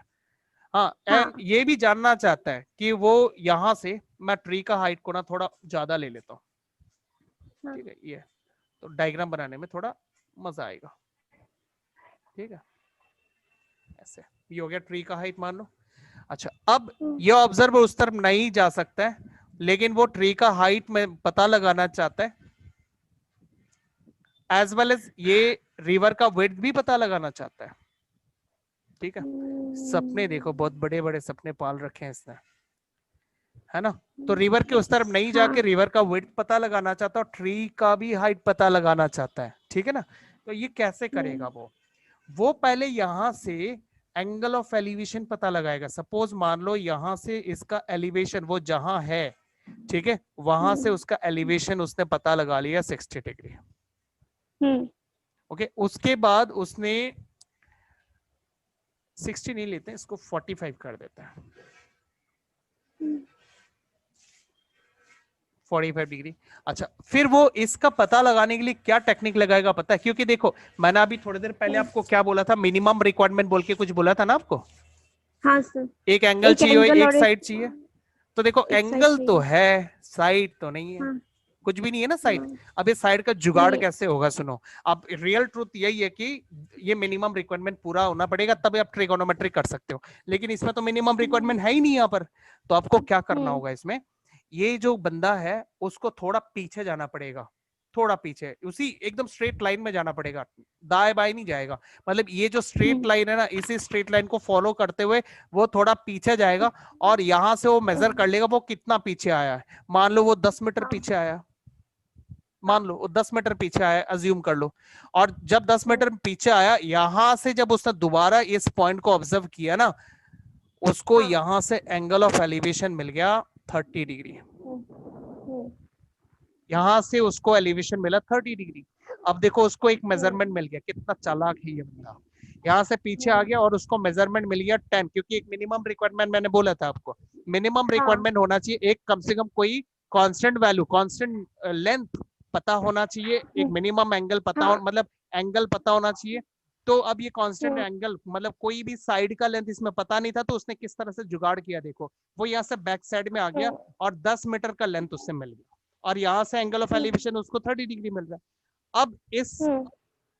अब इसको वो कैसे यूज करेगा रिवर का विड्थ पता लगाने के लिए और ट्री का हाइट पता लगाने के लिए? सोचो, ये ट्री का हाइट को मैं ले लेता हूँ ए बी, बेस को ले सकते हैं 10 प्लस एक्स। हाँ अब यहाँ बहुत हमारे पास दो ट्राइंगल है ना, ध्यान से देखो, दो ट्राइंगल, एक ट्राइंगल है एबीसी ट्राइंगल है ना, एक ट्राइंगल एबीसी है और दूसरा ट्राइंगल ए बी डी, दो ट्राइंगल हमारे पास है। तो हम इन दोनों ट्राइंगल को यूज करेंगे यहाँ पर।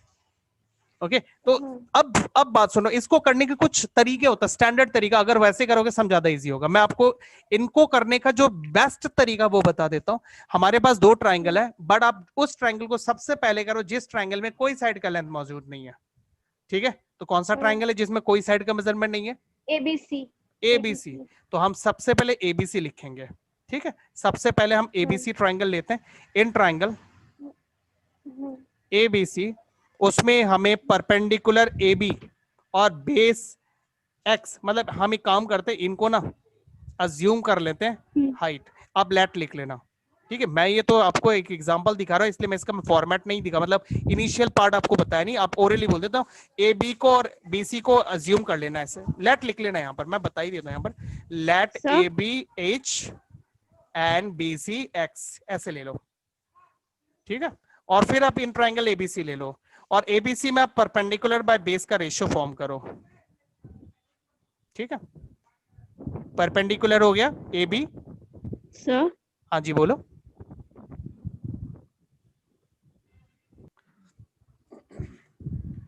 तो परपेंडिकुलर हमने ए बी ले लिया इन ट्राइंगल एबीसी, और बेस हम ले लेंगे बीसी, और 1045 1।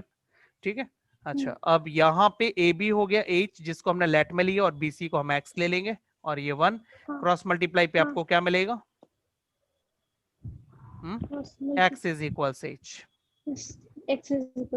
इसे आप इक्वेशन 1 लेके अभी छोड़ दो, इसे इक्वेशन 1 लेना है और इसे छोड़ देना है। ये मैं आपको पूरा तरीका बता रहा हूँ। जो अभी मैंने थोड़ी देर पहले एक सम आपको बोला था, ये वाला सम भी हम उसी तरीके से करेंगे, तो ये उसी टाइप का सम है। ठीक है, तो इसमें आप सेम पैटर्न फॉलो करोगे। अच्छा, उसके बाद आप दूसरा ट्राइंगल ले लो, एक और ट्राइंगल है ए बी डी। ठीक है, और एबीडी में आप फिर से परपेंडिकुलर बाय बेस यूज करो, और इस बार आपको एक्यूट एंगल मिलेगा 30 डिग्री। परपेंडिकुलर हो गया सेम एबी और बेस हो जाएगा बीडी, और 1030 डिग्री होता है 1/√3। एबी हो गया एच, बीडी का लेंथ आप देखो कितना होगा बताओ? बी से सी एक्स है, सी से डी 10 है, तो कितना हो गया? 10 प्लस एक्स। हाँ, और राइट साइड में 1/√3। अच्छा, अब h के जगह पर आप x पुट कर दो, क्योंकि h और x सेम है, समझ गए? तो इसमें आप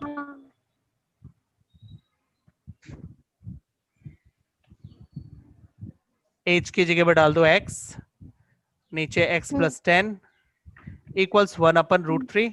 ये जो आपने चेंज किया ये कहां से किया, सोर्स बता दो यहाँ पर, फ्रॉम इक्वेशन 1, और फिर क्रॉस मल्टीप्लीकेशन करो।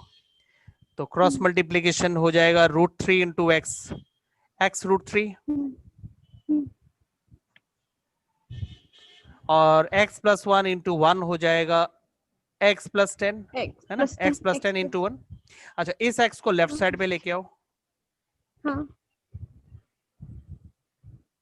राइट साइड में 10 बचेगा, और उसके बाद मैं यहां पे करता हूं, तो x कॉमन ले लो, ब्रैकेट में √3 माइनस 1 बचेगा, और राइट साइड में 10। आप √3 माइनस 1 को आप राइट साइड भेज दो, so x is equals 10 by √3 minus 1। Okay, rationalise कर दो ऊपर नीचे, √3 का वैल्यू मत डाल देना, रैशनलाइज करो, नीचे रूट होने पर हम कैलकुलेट नहीं कर सकते हैं, तो पहले रैशनलाइजेशन करना होता है। ओके, तो ऊपर हो जाएगा 10 और √3 प्लस 1, और नीचे क्या हो जाएगा, क्या हो जाएगा बताओ, 3 minus 1, √3 square, √3 √3 square minus 1 square, √3 square 3 होता है, 3 माइनस 1 2, तो फाइनली 2 आएगा। अब 2 से आप 10 को कैंसिल कर दो, 5 आएगा, तो हम x का वैल्यू डायरेक्टली लिख देता है 5 टाइम्स ऑफ √3 प्लस 1। ओके, हाँ, तो ये x का वैल्यू आ गया, मतलब विड्थ ऑफ द रिवर निकल गया। अब अगर इसको पूरा डेसिमल में निकालना चाहते हो तो फिर आप इसमें 1.732 डाल दो, 1.73 इतना भी काफी है। हाँ, अब इसको प्लस कर लो, तो 5 इंटू 2.73, और फिर आप 5 से मल्टीप्लाई कर दो, बहुत इजी है, 5 3 15, 1 इन हैंड, 5 7 35, और 36, 3 इन हैंड, 5 2 10, और 3 13, 2 डिजिट डेसिमल है, तो यहाँ पे आप डेसिमल डाल दो, तो ये आ गया x का वैल्यू। तो therefore BC is equals how much?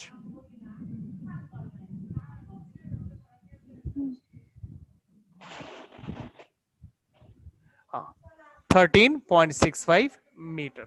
Okay, उसके बाद हाइट निकालना है। अब देखो हमने यहाँ लिखा था इक्वेशन 1 में x और h दोनों सेम है ना, x कौन सा हो गया, BC जो अभी हमने निकाले यहाँ पे, और h हो गया AB, तो x और h तो दोनों सेम ही है, तो आप बता दो therefore height of the tree वो भी सेम हो जाएगा, तो AB ये भी सेम है, ठीक है, AB इज इक्वल्स 13.65 मीटर। ठीक है, अब कंक्लूजन स्टेटमेंट जैसे पूछा जाएगा वैसे बता देना, जैसे हाइट ऑफ द ट्री बोला तो आप लिख देना height of the tree is this, और अगर विड्थ ऑफ द रिवर पूछा तो width of the river is this, ऐसे स्टेटमेंट कंक्लूजन आप डाल दो। ठीक है, अच्छा, अब यही पैटर्न आपको फॉलो करना है। देखो पैटर्न में क्या है, पैटर्न में सबसे पहले है कि आप एबीसी ट्रायंगल यूज करो, उसमें एक्स और एच के बीच में एक रिलेशन बिल्डअप करो, जो हमने यहाँ पर इक्वेशन 1 में बनाया। ये देखो इक्वेशन 1 में ऐसा एक टाइप का रिलेशन बनेगा, वो x इक्वल्स एच, या फिर x इक्वल्स √3h, या फिर h इज इक्वल्स √3x, ऐसा कुछ भी रिलेशन एक बनेगा, वो तो एंगल पे डिपेंड करता है।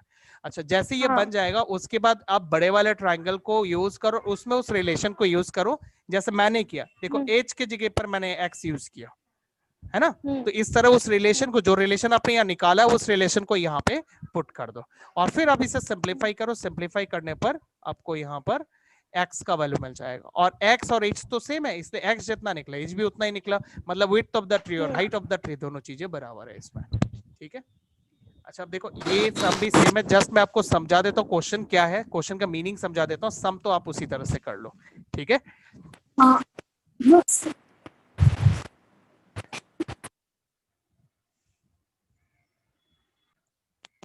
देखो एग्जांपल 5 में क्या है यहाँ पर कि the shadow of a tower standing on a level ground is found to be 40 metre longer when the sun's altitude is 30 degree than when it is 60 degree.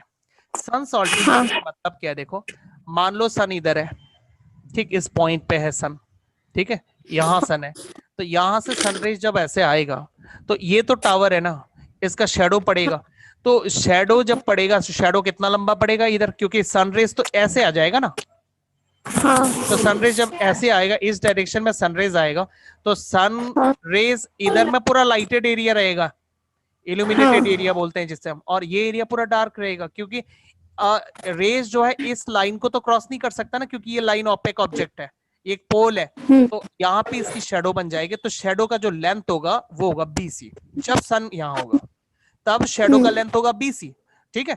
लेकिन सन्स ऑल्टीट्यूड जब थोड़ा कम हो जाएगा, मतलब यहाँ पर सन्स ऑल्टीट्यूड को बोलेंगे 60 डिग्री, मतलब सन्स ऑल्टीट्यूड मतलब यहाँ सनरेज ग्राउंड में कितना डिग्री का एंगल फॉर्म करता है, सनरेज किस एंगल पे ग्राउंड की तरफ आ रहा है, इसे सन्स ऑल्टीट्यूड हम बोलेंगे यहाँ पर, ठीक है। तो यहाँ 60 डिग्री है, लेकिन सन्स ऑल्टीट्यूड अगर मान लो थोड़ा सा कम हो गया, सन्स ऑल्टीट्यूड मान लो यहाँ पे आ गया,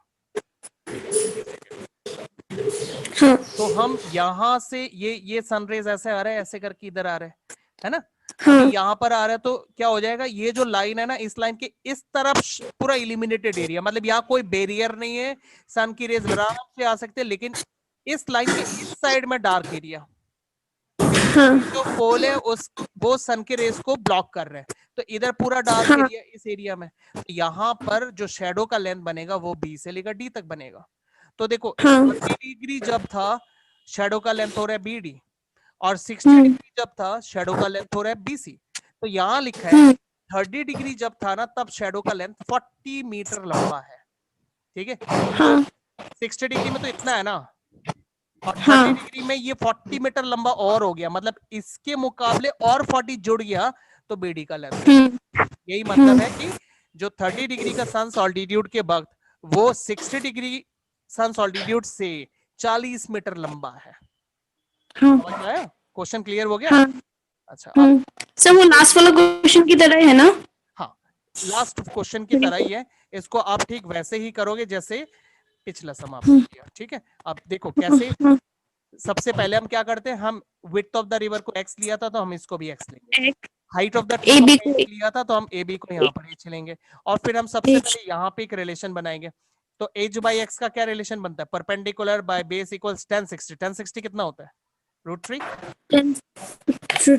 हाँ, क्रॉस मल्टीप्लिकेशन करो, मैं आपको नहीं करवा के दे रहा हूँ, ये आप खुद करोगे, तो मैं जस्ट आपको हिंट दे रहा हूँ, x उधर चला जाएगा तो कितना हो जाएगा, √3x, इसे आप इक्वेशन 1 लो, ठीक है। और फिर आप बड़े वाले ट्रायंगल को यूज करो, तो बड़े ट्रायंगल में परपेंडिकुलर एच, मैं फॉर्मेट में नहीं कर रहा हूँ, और बेस हो जाएगा पूरा, ये पूरा बेस का लेंथ बताओ कितना हो जाएगा, पूरा बेस 40 प्लस x, या फिर x प्लस 40 इक्वल्स 10 30 डिग्री, और 10 30 डिग्री होता है 1/√3। अभी रिलेशन सब्स्टिट्यूट करो, रिलेशन h का वैल्यू कितना, √3x, तो इस h में वैल्यू को पुट कर दो √3x, ठीक है, एकदम जैसे उधर किया था ठीक वैसे ही रिलेशन फाइंड करना है, और सेकंड ट्रायंगल में सब्स्टिट्यूट करना, तो ये सेकंड ट्रायंगल का है, तो सेकंड ट्रायंगल में हम h की जगह पर इस वैल्यू को सब्स्टिट्यूट करेंगे, और यहाँ पे 1/√3, देन आप क्रॉस मल्टीप्लाई करो, √3x इंटू √3 इज 3x, और x प्लस 40 उधर ले जाओ तो x प्लस 40, इस x को आप लेफ्ट में लाओ, माइनस करो, 3x minus x is 2x equals 40, 2 उधर ले जाएगा तो x इज इक्वल्स 20, तो x 20 आ गया, तो हमें यहाँ पर BC का वैल्यू मिल गया, हाँ ये शेडो मिल गया, बट शायद हमें हाइट निकालना है, हमें एज से मतलब है। अब आप क्या करो, अगर आपको एज चाहिए ना, वो जो आपने रिलेशन बनाया था ना इक्वेशन 1 में, यहाँ पे जो x आप देख रहे हो उस x में इस 20 को आप सब्स्टिट्यूट कर दो, तो आपको हाइट कितना मिल जाएगा फिर, √3 इंटू x की जगह 20 डाल दो, जो आपने x इधर निकाला है इस 20 को आप यहाँ डाल दो, तो आपको हाइट मिल जाएगा, फिर आप कंक्लूजन लिख दो, height of the tower is 20 √3 unit के साथ, ठीक है, यूनिट मीटर तो मीटर, तो आप इसे फॉर्मेट में कर लोगे ना? हाँ सर, ठीक, ये जैसे सम मैंने आपको दिखा ठीक उसी तरह से आप प्रेजेंटेशन को रख लेना, ठीक है। और डिटेल्स थोड़ा बता देना, डिटेल्स आप क्या बताओगे, एंगल्स बता देना, ठीक है, और ये डीसी का लेंथ बता देना, और इनको लेट में एक्स ले लेना, ऐसे बता देना, इसमें हो जाएगा। ये जो है इनको एक्स लेट वाला स्टेटमेंट लिख देना, let BC equals x and AB equals, या फिर height of the tower equals h, ठीक है, ये बता देना। ये चलो एक सम और है, नंबर 6, ठीक है, एग्जांपल्स ऑलमोस्ट खत्म हो जाएगा, ये 2 एग्जांपल है, इसे भी कंप्लीट कर लेते हैं। चलो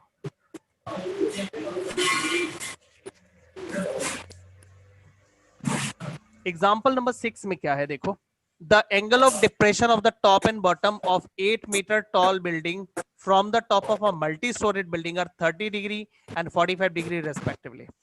इस बार एक मजेदार बात है, एंगल ऑफ डिप्रेशन आ गया। देखो इतने देर से तो हम एलिवेशन एलिवेशन एलिवेशन कर रहे थे, अब आ गया angle of depression. Angle of depression मैंने आपको थोड़ी देर पहले समझाया था, क्या समझाया था? ऑब्जर्वर का आई अगर इधर है, यहाँ से इमेजिनरी हॉरिजॉन्टल लाइन, अगर आप हॉरिजॉन्टल लाइन के नीचे देखते हो तो एंगल ऑफ डिप्रेशन। डिप्रेशन। हाँ, तो इस बार ऑब्जर्वर पता है कहाँ खड़ा है? मल्टी स्टोरेड बिल्डिंग के ऊपर खड़ा है। देखो हम इसे फर्स्ट सेंटेंस को पढ़ेंगे ना, हमें पूरा पता लग जाएगा। The angle of depression of the top and bottom of 8 metre tall building from the top of multi storeyed building. तो एंगल ऑफ डिप्रेशन कहां से किया जा रहा है? From the top of multi storeyed building. तो मल्टी स्टोरेड बिल्डिंग के top से ये एंगल ऑफ डिप्रेशन किया जा रहा है, किसका? 8 मीटर टॉल बिल्डिंग का डिप्रेशन कर रहे हैं। ठीक है, अभी 8 मीटर टॉल बिल्डिंग को अगर डिप्रेशन करना है तो उसको तो ऊपर खड़ा होना पड़ेगा, है नहीं? तो मल्टी स्टोरीड बिल्डिंग ज्यादा ऊंचा हो गया ना फिर, क्योंकि मल्टी स्टोरीड बिल्डिंग से अगर 8 मीटर टॉल बिल्डिंग को देखना है, उसे डिप्रेशन करना पड़ रहा है, एंगल ऑफ डिप्रेशन करना पड़ रहा है, नीचे देखना पड़ रहा है। इसका मतलब मल्टी स्टोरीड बिल्डिंग ज्यादा लंबा है। तो ए बी और पीसी में कौन सा मल्टी स्टोरीड बिल्डिंग हुआ फिर? ए बी पीसी होगा। पीसी मल्टी स्टोरीड बिल्डिंग है ना? मल्टी स्टोरीड बिल्डिंग हो गया पीसी, और 8 मीटर टॉल बिल्डिंग हो गया एबी।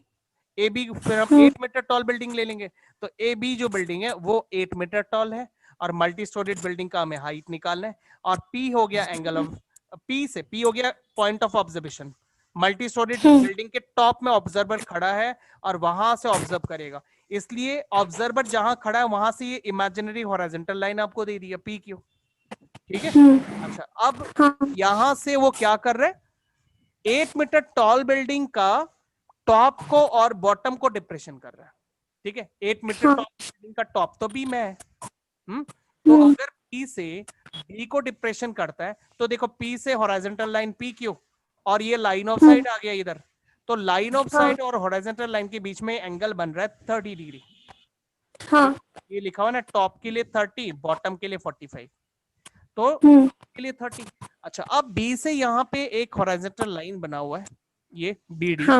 तो फिर ये 30 और इस एंगल में कोई रिलेशन दिख रहा है आपको? इस 30 में और इसमें बताओ। जब दो लाइन पैरेलल होता है, ऐसा ट्रांसवर्सल होता है, तो इस एंगल में और इस एंगल में कोई रिलेशन होता है? Alternate angles. हाँ, तो ये है ना ऑल्टरनेट एंगल 30 के साथ इस एंगल का।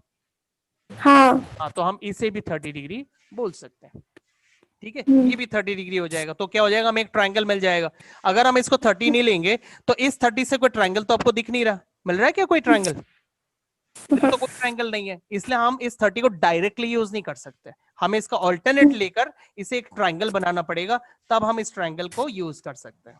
ठीक है, अच्छा नेक्स्ट, दोबारा कहां देखना है? बॉटम को देखना है। हम 8 मीटर टॉल बिल्डिंग के बॉटम को देखना है, और बॉटम कहां पर है? ए में है।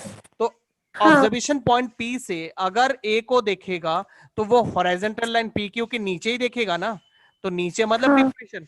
तो ये जो लाइन हो गया पी से ए तक, इस लाइन को बोलेंगे लाइन ऑफ साइट, और पी क्यू हो गया हॉरिजॉन्टल लाइन। तो लाइन ऑफ साइट और हॉरिजॉन्टल लाइन के बीच में जो एंगल है वो है 45 डिग्री। तो इसका मतलब यहाँ पे एंगल ऑफ डिप्रेशन 45 है। अब इसका ऑल्टरनेट एंगल आपको मिलेगा यहाँ पे, क्योंकि मतलब जिस चीज को देख रहा है, बॉटम को देख रहा है ना, तो बॉटम से हॉरिजॉन्टल लाइन इधर आ रहा है, और ऑब्जर्वेशन पॉइंट से हॉरिजॉन्टल लाइन इधर है। तो इसलिए इस बार आपके पास पैरेलल लाइन है पी क्यू और ए सी, और ऑब्जर्व लाइन ऑफ साइड को हम लेंगे ट्रांसवर्सल। तो अगर ये ट्रांसवर्सल है तो फिर इस एंगल में और इस 45 डिग्री में क्या रिलेशन है? इस कौन सा? हाँ, वो सर ऑल्टरनेट एंगल होगा। तो फिर यहाँ कितना आएगा? 45। 45। ठीक है, तो ये चीज आपको बताना पड़ेगा यहाँ पर। ठीक है, तो आप इसको ऐसे प्रेजेंट कर दो। हाँ,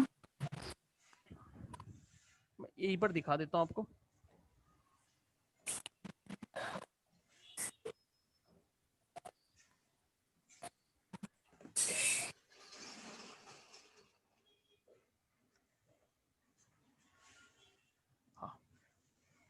हाँ सॉरी, यहाँ पे आप पहले हाँ बताओ, ये जो पी क्यू है, since P Q is parallel to B D, हाँ देयरफॉर एंगल ऑफ डिप्रेशन जो है उसका नाम है क्यू पी बी, एंड वो इक्वल है किसके साथ, पी हाँ बी डी, सही है। हाँ हाँ, और दोनों का वैल्यू कितना है, 30 डिग्री, और रीजन में आप ब्रैकेट में लिख दो ऑल्टरनेट एंगल, ऐसे लिख दो। और उसके बाद दूसरा पैरेलल लाइन लो, पी क्यू और A C, since P Q is parallel to A C, और angle Q P A equals angle P A C, equals कितना, 45 डिग्री, और ब्रैकेट में रीजन डाल दो ऑल्टरनेट एंगल। समझ गए, ये हो गया पहले, मतलब पैरेलल लाइन बताओ और उनके लिए जो ऑल्टरनेट एंगल बन रहा है वो बताओ, समझ में आया ना। हाँ हाँ सर हाँ। हाँ अच्छा, उसके बाद यहाँ पे हमारे पास एक रेक्टेंगल है ये, इस रेक्टेंगल में आपको इसका लेंथ सेम मिलेगा, ए बी और डी सी, तो ये भी 8 मीटर आ गया। अच्छा, एक हमें यहाँ सवाल क्या क्या पूछा वो हमने पढ़ा ही नहीं अभी तक। Find the height of the multi storeyed building and distance between the two building, तो दोनों बिल्डिंग के बीच के डिस्टेंस को हम एक्स ले लेते हैं, ठीक है। और पूरे मल्टी स्टोरेड बिल्डिंग का हाइट निकालना है, तो उसके लिए हम पीडी को एच ले लेते हैं, और पीडी निकाल के उसमें हम 8 मीटर ऐड कर देंगे, क्या सही है ना। तो ये हमें, ये चिमनी वाला क्वेश्चन हमने किया था ना, जिसमें हमें नीचे ऑब्जर्वर का हाइट पता था, हमने सिर्फ ऊपर वाला पार्ट निकाला, फिर दोनों ऐड करके पूरा चिमनी का हाइट निकाला था। ठीक वैसे ही करेंगे हम, ये पी से डी तक का हाइट पता लगा लेते हैं, उसके बाद डी से सी तक तो पता ही है ये 8 मीटर है, तो हम उस एच में 8 ऐड कर देंगे तो हमें पूरा हाइट पता लग जाएगा। ऐसे करके कर लेंगे, ठीक है। देखो अभी इसको कैसे करते हैं, अभी पहले आप लेट लिख लो, let A C equals X and A D equals 8, let ले लो। अभी रेक्टेंगल बताओ, रेक्टेंगल, ये क्या रेक्टेंगल है, ए बी डी सी, इन हाँ रेक्टेंगल, इधर कॉमा नहीं आएगा, in rectangle A B D C, फिर कॉमा डालो। अब ऑपोजिट साइड इक्वल बताओ, ए बी का ऑपोजिट है सी डी एंड दोनों 8 मीटर है, एंड ए सी का ऑपोजिट है बी डी एंड वो भी एक्स है, और ब्रैकेट में रीजन क्या लिखोगे, ऑपोजिट साइड्स, ऑपोजिट साइड लिख दो, ऑपोजिट साइड्स, बस इतना हो गया। अब ये भी एक्स आ गया। अब ये अभी जो मैंने थोड़ी देर पहले शेडो वाला क्वेश्चन और रिवर और ट्री वाला क्वेश्चन समझाया ना, ये उस कैटेगरी का सम बन गया। मतलब क्या खास बात है इसमें, इस टाइप के क्वेश्चन में एक खास बात ये होता है कि इसमें दो ट्रायंगल में से एक ट्रायंगल ऐसा होता है जिसमें एक भी साइड का लेंथ नहीं पता, उसमें सिर्फ वेरिएबल होता है, और एक ट्रायंगल जैसा दूसरा होता है जिसमें आपको पार्शियली साइड का लेंथ पता होता है, पार्शियली, पूरा साइड भी नहीं पता होता, थोड़ा पार्ट पता होता है। तो ये इसी कैटेगरी का सम बन गया। आपको मैं दोबारा दिखा देता हूँ, ये देखो, जैसे पीडीबी ट्रायंगल आप देख रहे हो, पीडीबी, इसमें देखो एक भी साइड का लेंथ नहीं पता, सिर्फ वेरिएबल पता है ना। तो ये हो गया वो ट्रायंगल जिसमें एक भी लाइन, मतलब एक भी आपको न्यूमेरिकल वैल्यू नहीं मिलेगा, सब वेरिएबल के फॉर्म में मिलेगा। एंड दूसरा ट्रायंगल है पीसीए, इस ट्रायंगल में देखो आपको पीसी का पार्शियल लेंथ पता है 8, लेकिन पूरा नहीं पता, है ना, और एक वेरिएबल है। तो हम सबसे पहले कौन सा ट्रायंगल यूज करेंगे,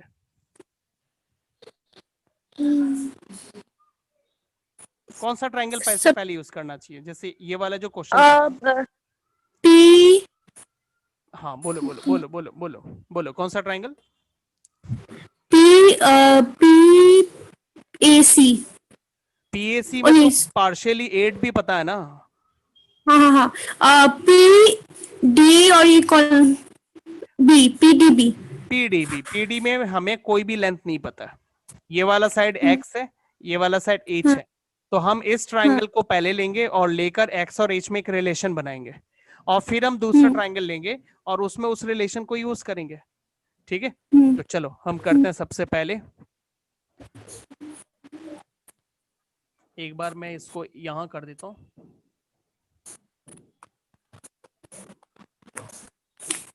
इन ट्राइंगल पीडीबी, पीडीबी है ना, एक बार देख लेते हैं। पीडीबी, पीडीबी में पीडी परपेंडिकुलर और बीडी बेस इन ट्राइंगल।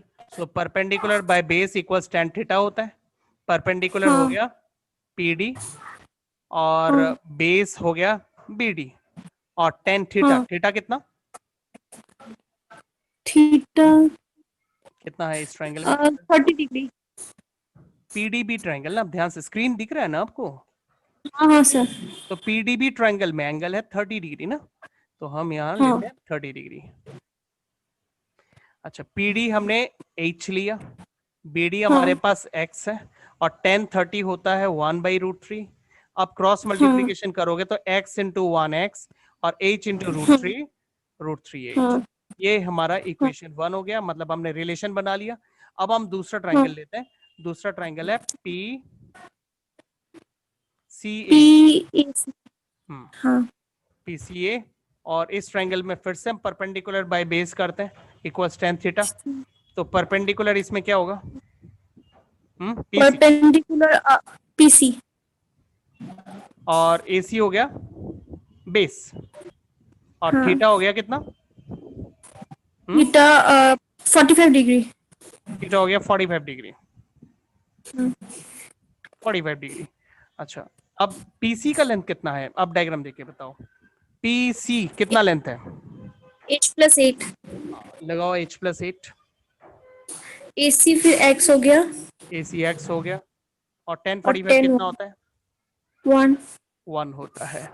अब x का वैल्यू हमारे पास है h √3h, ये हम x पर डाल देते हैं, x के जगह पर डाल देते हैं √3h, और इक्वल्स 1। क्रॉस मल्टीप्लाई करो, क्रॉस मल्टीप्लाई करोगे तो h+8 इक्वल्स, एक काम करते हैं, मैं इसको उल्टा करके लिखता हूँ।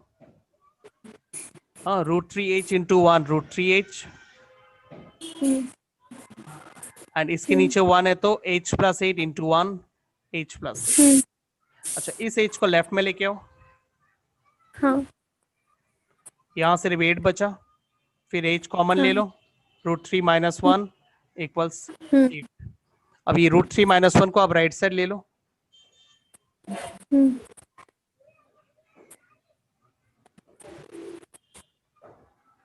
और फिर रैशनलाइज कर दो।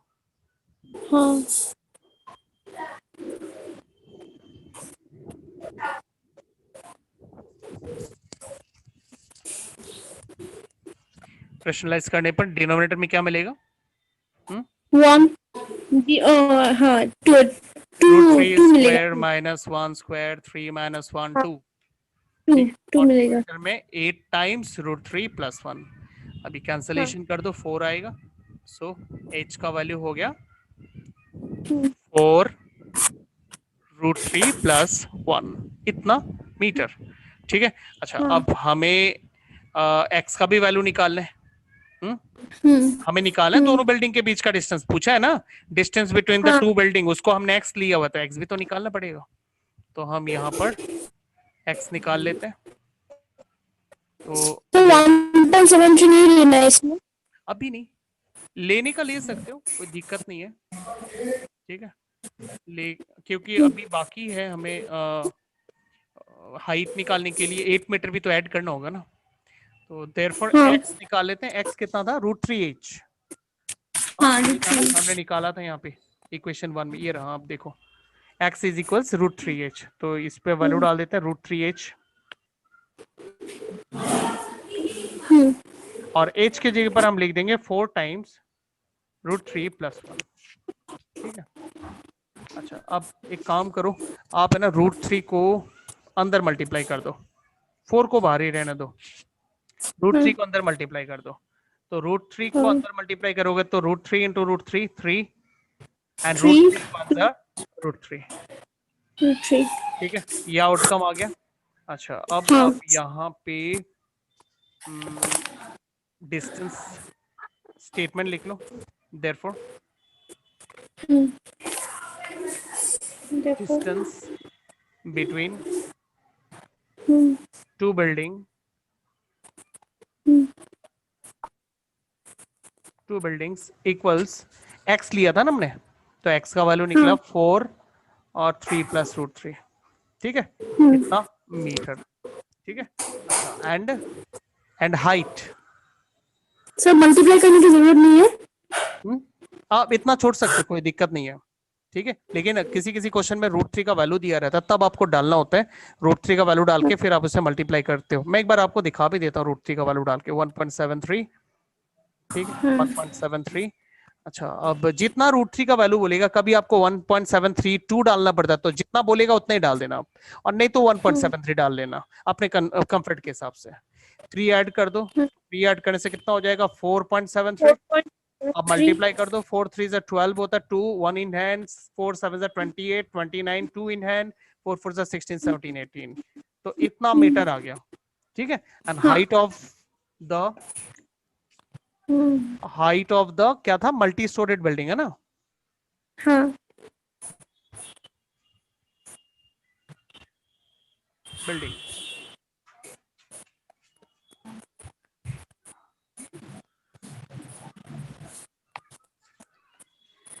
तो मल्टी स्टोरेड बिल्डिंग में हमें क्या करना पड़ेगा, एक बार डायग्राम देख लो, पूरा पी से लेकर सी तक निकालना है ना। पी से सी मतलब क्या, h प्लस 8 है ना। हाँ। तो हम h प्लस 8 कर देते हैं, h प्लस 8। तो h का वैल्यू हाँ। हमें मिला था 4 रूट 3 प्लस 1 और प्लस 8। अब ये 4 अंदर मल्टीप्लाई कर दो आप। 4 मल्टीप्लाई करने से 4 root 3 plus 1 plus. Plus 4 plus 8, सही है। हाँ। हाँ, तो हाँ। 4 रूट 3 प्लस 12, 4 इंटू रूट 3 12। अब कर लो कितना होता है, कितने होंगे वो देख लेते हैं एक बार। 4 इंटू 1.73 प्लस 12, तो 4 3 ज़ा 12, 1 इन हैंड, 7 4 28 29, फिर 1 और 5, 29, तो 6.92 और प्लस 12, अब कितने आएंगे 18 प्लस 18.92। सेम मिला, 18 प्लस 9। सेम हाँ। मिला। हाँ, तो ये रिजल्ट आ गया हाइट ऑफ द बिल्डिंग। ठीक है, हाँ। समझ हाँ। गए। ये मैंने आपको इसका पूरा हाँ। कैलकुलेशन करने का तरीका दिखा दिया। ठीक है, अब हाँ। उसके बाद देखो ये एक सम और है, ये हम तो ऐसे यहीं पर हम लोग रफली कर लेते हैं इसको, बहुत इजी क्वेश्चन है। हाँ। स्टोरी पढ़ लेते हैं एक बार।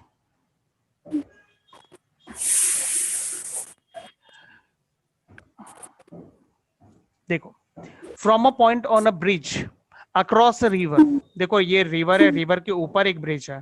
ठीक है, तो उस ब्रिज के ऊपर एक पॉइंट है। From a point on a bridge across a river, river के ऊपर एक ब्रिज है और ब्रिज पे एक पॉइंट है। तो पॉइंट से, ये जो पॉइंट है ना, ये पॉइंट है पॉइंट ऑफ ऑब्जर्वेशन। यहां से ऑब्जर्वर ऑब्जर्व करेगा, इस पॉइंट से ऑब्जर्व करेगा। तो the angle of depression of the bank on the opposite side of the river eight 30 degree and 45 degree. Bank of the river तो जानते ही हो, रिवर के किनारे को बैंक ऑफ द रिवर बोलते हैं, है ना। तो दोनों बैंक को जब उस पॉइंट से ऑब्जर्व किया जाता है, तो बैंक ऑफ द रिवर तो ऑब्जर्वेशन पॉइंट से नीचे है ना, क्योंकि वो तो ब्रिज के ऊपर खड़ा है। ऊपर से वो नीचे दोनों किनारों को देख रहा है, रिवर के दोनों किनारों को देख रहा है। जब वो नीचे देख रहा है, तो नीचे देखने के लिए कैसे नीचे देखना होता है, ऑब्जर्वर पॉइंट से, ऑब्जर्वेशन पॉइंट से एक इमेजिनरी हॉरिजॉन्टल लाइन अज्यूम करो, है ना। और उस हॉरिजॉन्टल लाइन से अगर वो नीचे देख रहा है, तो हम उसे बोलेंगे एंगल ऑफ डिप्रेशन। तो जब वो लेफ्ट वाले बैंक को देख रहा है, तो फिर वो पी से ए के तरफ देख रहा है, तो line of sight A B हो, एपी हो जाएगा, है ना। अब 30 डिग्री का एलिवेशन मान लो, 30 डिग्री का एलिवेशन, सॉरी एलिवेशन क्या बोल रहा हूँ, डिप्रेशन, 30 डिग्री का डिप्रेशन इस बैंक को देखने के लिए, एंड दूसरे किनारे को देखने के लिए 45 का डिप्रेशन। अब यहां से ये डॉटेड लाइन हॉरिजॉन्टल लाइन है, और ये पीबी हो गया लाइन ऑफ साइट, इनके बीच में 45 डिग्री का डिप्रेशन है। ठीक है, अच्छा एक और चीज बोला है, the bridge is at a height of 3 metre from the bank. मतलब ये रिवर बैंक है, ये यहां से ब्रिज की हाइट है 3 मीटर। यहाँ से मतलब जो वाटर लेवल है वहां से इसका जो हाइट है वो 3 मीटर का है। अब आपसे सवाल हाँ। पूछा विड्थ ऑफ द रिवर। अब विड्थ ऑफ द रिवर निकालने के लिए क्या करना होगा, देखो अभी स्टोरी समझ लिया आपने पूरा? हाँ। ठीक है, अब ये देखो स्टोरी है। स्टोरी क्या था, रिवर था, रिवर के ऊपर एक ब्रिज था, ब्रिज के ऊपर एक पॉइंट ऑफ ऑब्जर्वेशन है, वहां से दोनों रिवर बैंक को देखना है। तो जब लेफ्ट वाले रिवर बैंक को देखता है तो पॉइंट ऑफ पी से मतलब पॉइंट ऑफ ऑब्जर्वेशन से एंगल ऑफ डिप्रेशन होता है 30 डिग्री, और इस 30 डिग्री का ऑल्टरनेट एंगल आपको यहां मिलेगा। सही है ना? हाँ। ये जो हॉरिजॉन्टल लाइन है और ये जो लाइन है ये पैरेलल नहीं है, पैरेलल है ना, तो ये दोनों एंगल ऑल्टरनेट एंगल, तो यहाँ पे 30 डिग्री आ गया। अच्छा, एंड दूसरा जब वो राइट साइड वाले रिवर बैंक को देखता है यहां से तो हॉरिजॉन्टल लाइन से 45 डिग्री नीचे देख रहा है, मतलब एंगल ऑफ डिप्रेशन 45, और इसका ऑल्टरनेट एंगल आपको यहां मिलेगा 45। अच्छा, अब आपको रिवर का विड्थ निकालना है, तो रिवर का विड्थ अब दो हिस्सों में निकालो, पहले एडी निकाल लो और फिर बीडी निकाल लो और दोनों ऐड कर दो। ठीक है, बीडी कैसे निकालोगे, देखो आप पीबीडी ट्रायंगल ले लो। पीबीडी ट्रायंगल में परपेंडिकुलर आपको पता है ना 3 मीटर, तो परपेंडिकुलर बाय बेस, बेस आप बीडी ले लो तो 1045 डिग्री आपको मिल जाएगा। तो पी परपेंडिकुलर हो गया पीडी और बेस हो गया बीडी और 10 थीटा हो गया 45 डिग्री। ओके, तो पीडी हो गया 3 मीटर, बीडी हमें नहीं पता, और 1045 हो गया 1, फिर क्रॉस मल्टीप्लाई करो तो बीडी आपको मिल जाएगा 3 मीटर। ये 3 मीटर मिल गया। ठीक, वैसे ही आप इसको भी निकालो, तो परपेंडिकुलर बाय बेस इक्वल्स 1030 करेंगे, क्रॉस मल्टीप्लिकेशन करके आपको ये मिलेगा 3√3 मीटर, और फिर आप 3√3 मीटर ये वाला और 3 मीटर ये वाला दोनों को ऐड कर दो तो टोटल लेंथ आपको मिल जाएगा 3√3 + 3 मीटर। ठीक है, आगे समझ में? हाँ। इजी है? हाँ सर। अब सर एक मिनट वो दिखाइए ना, वो ऊपर वाला अभी जो हाँ ये एक बार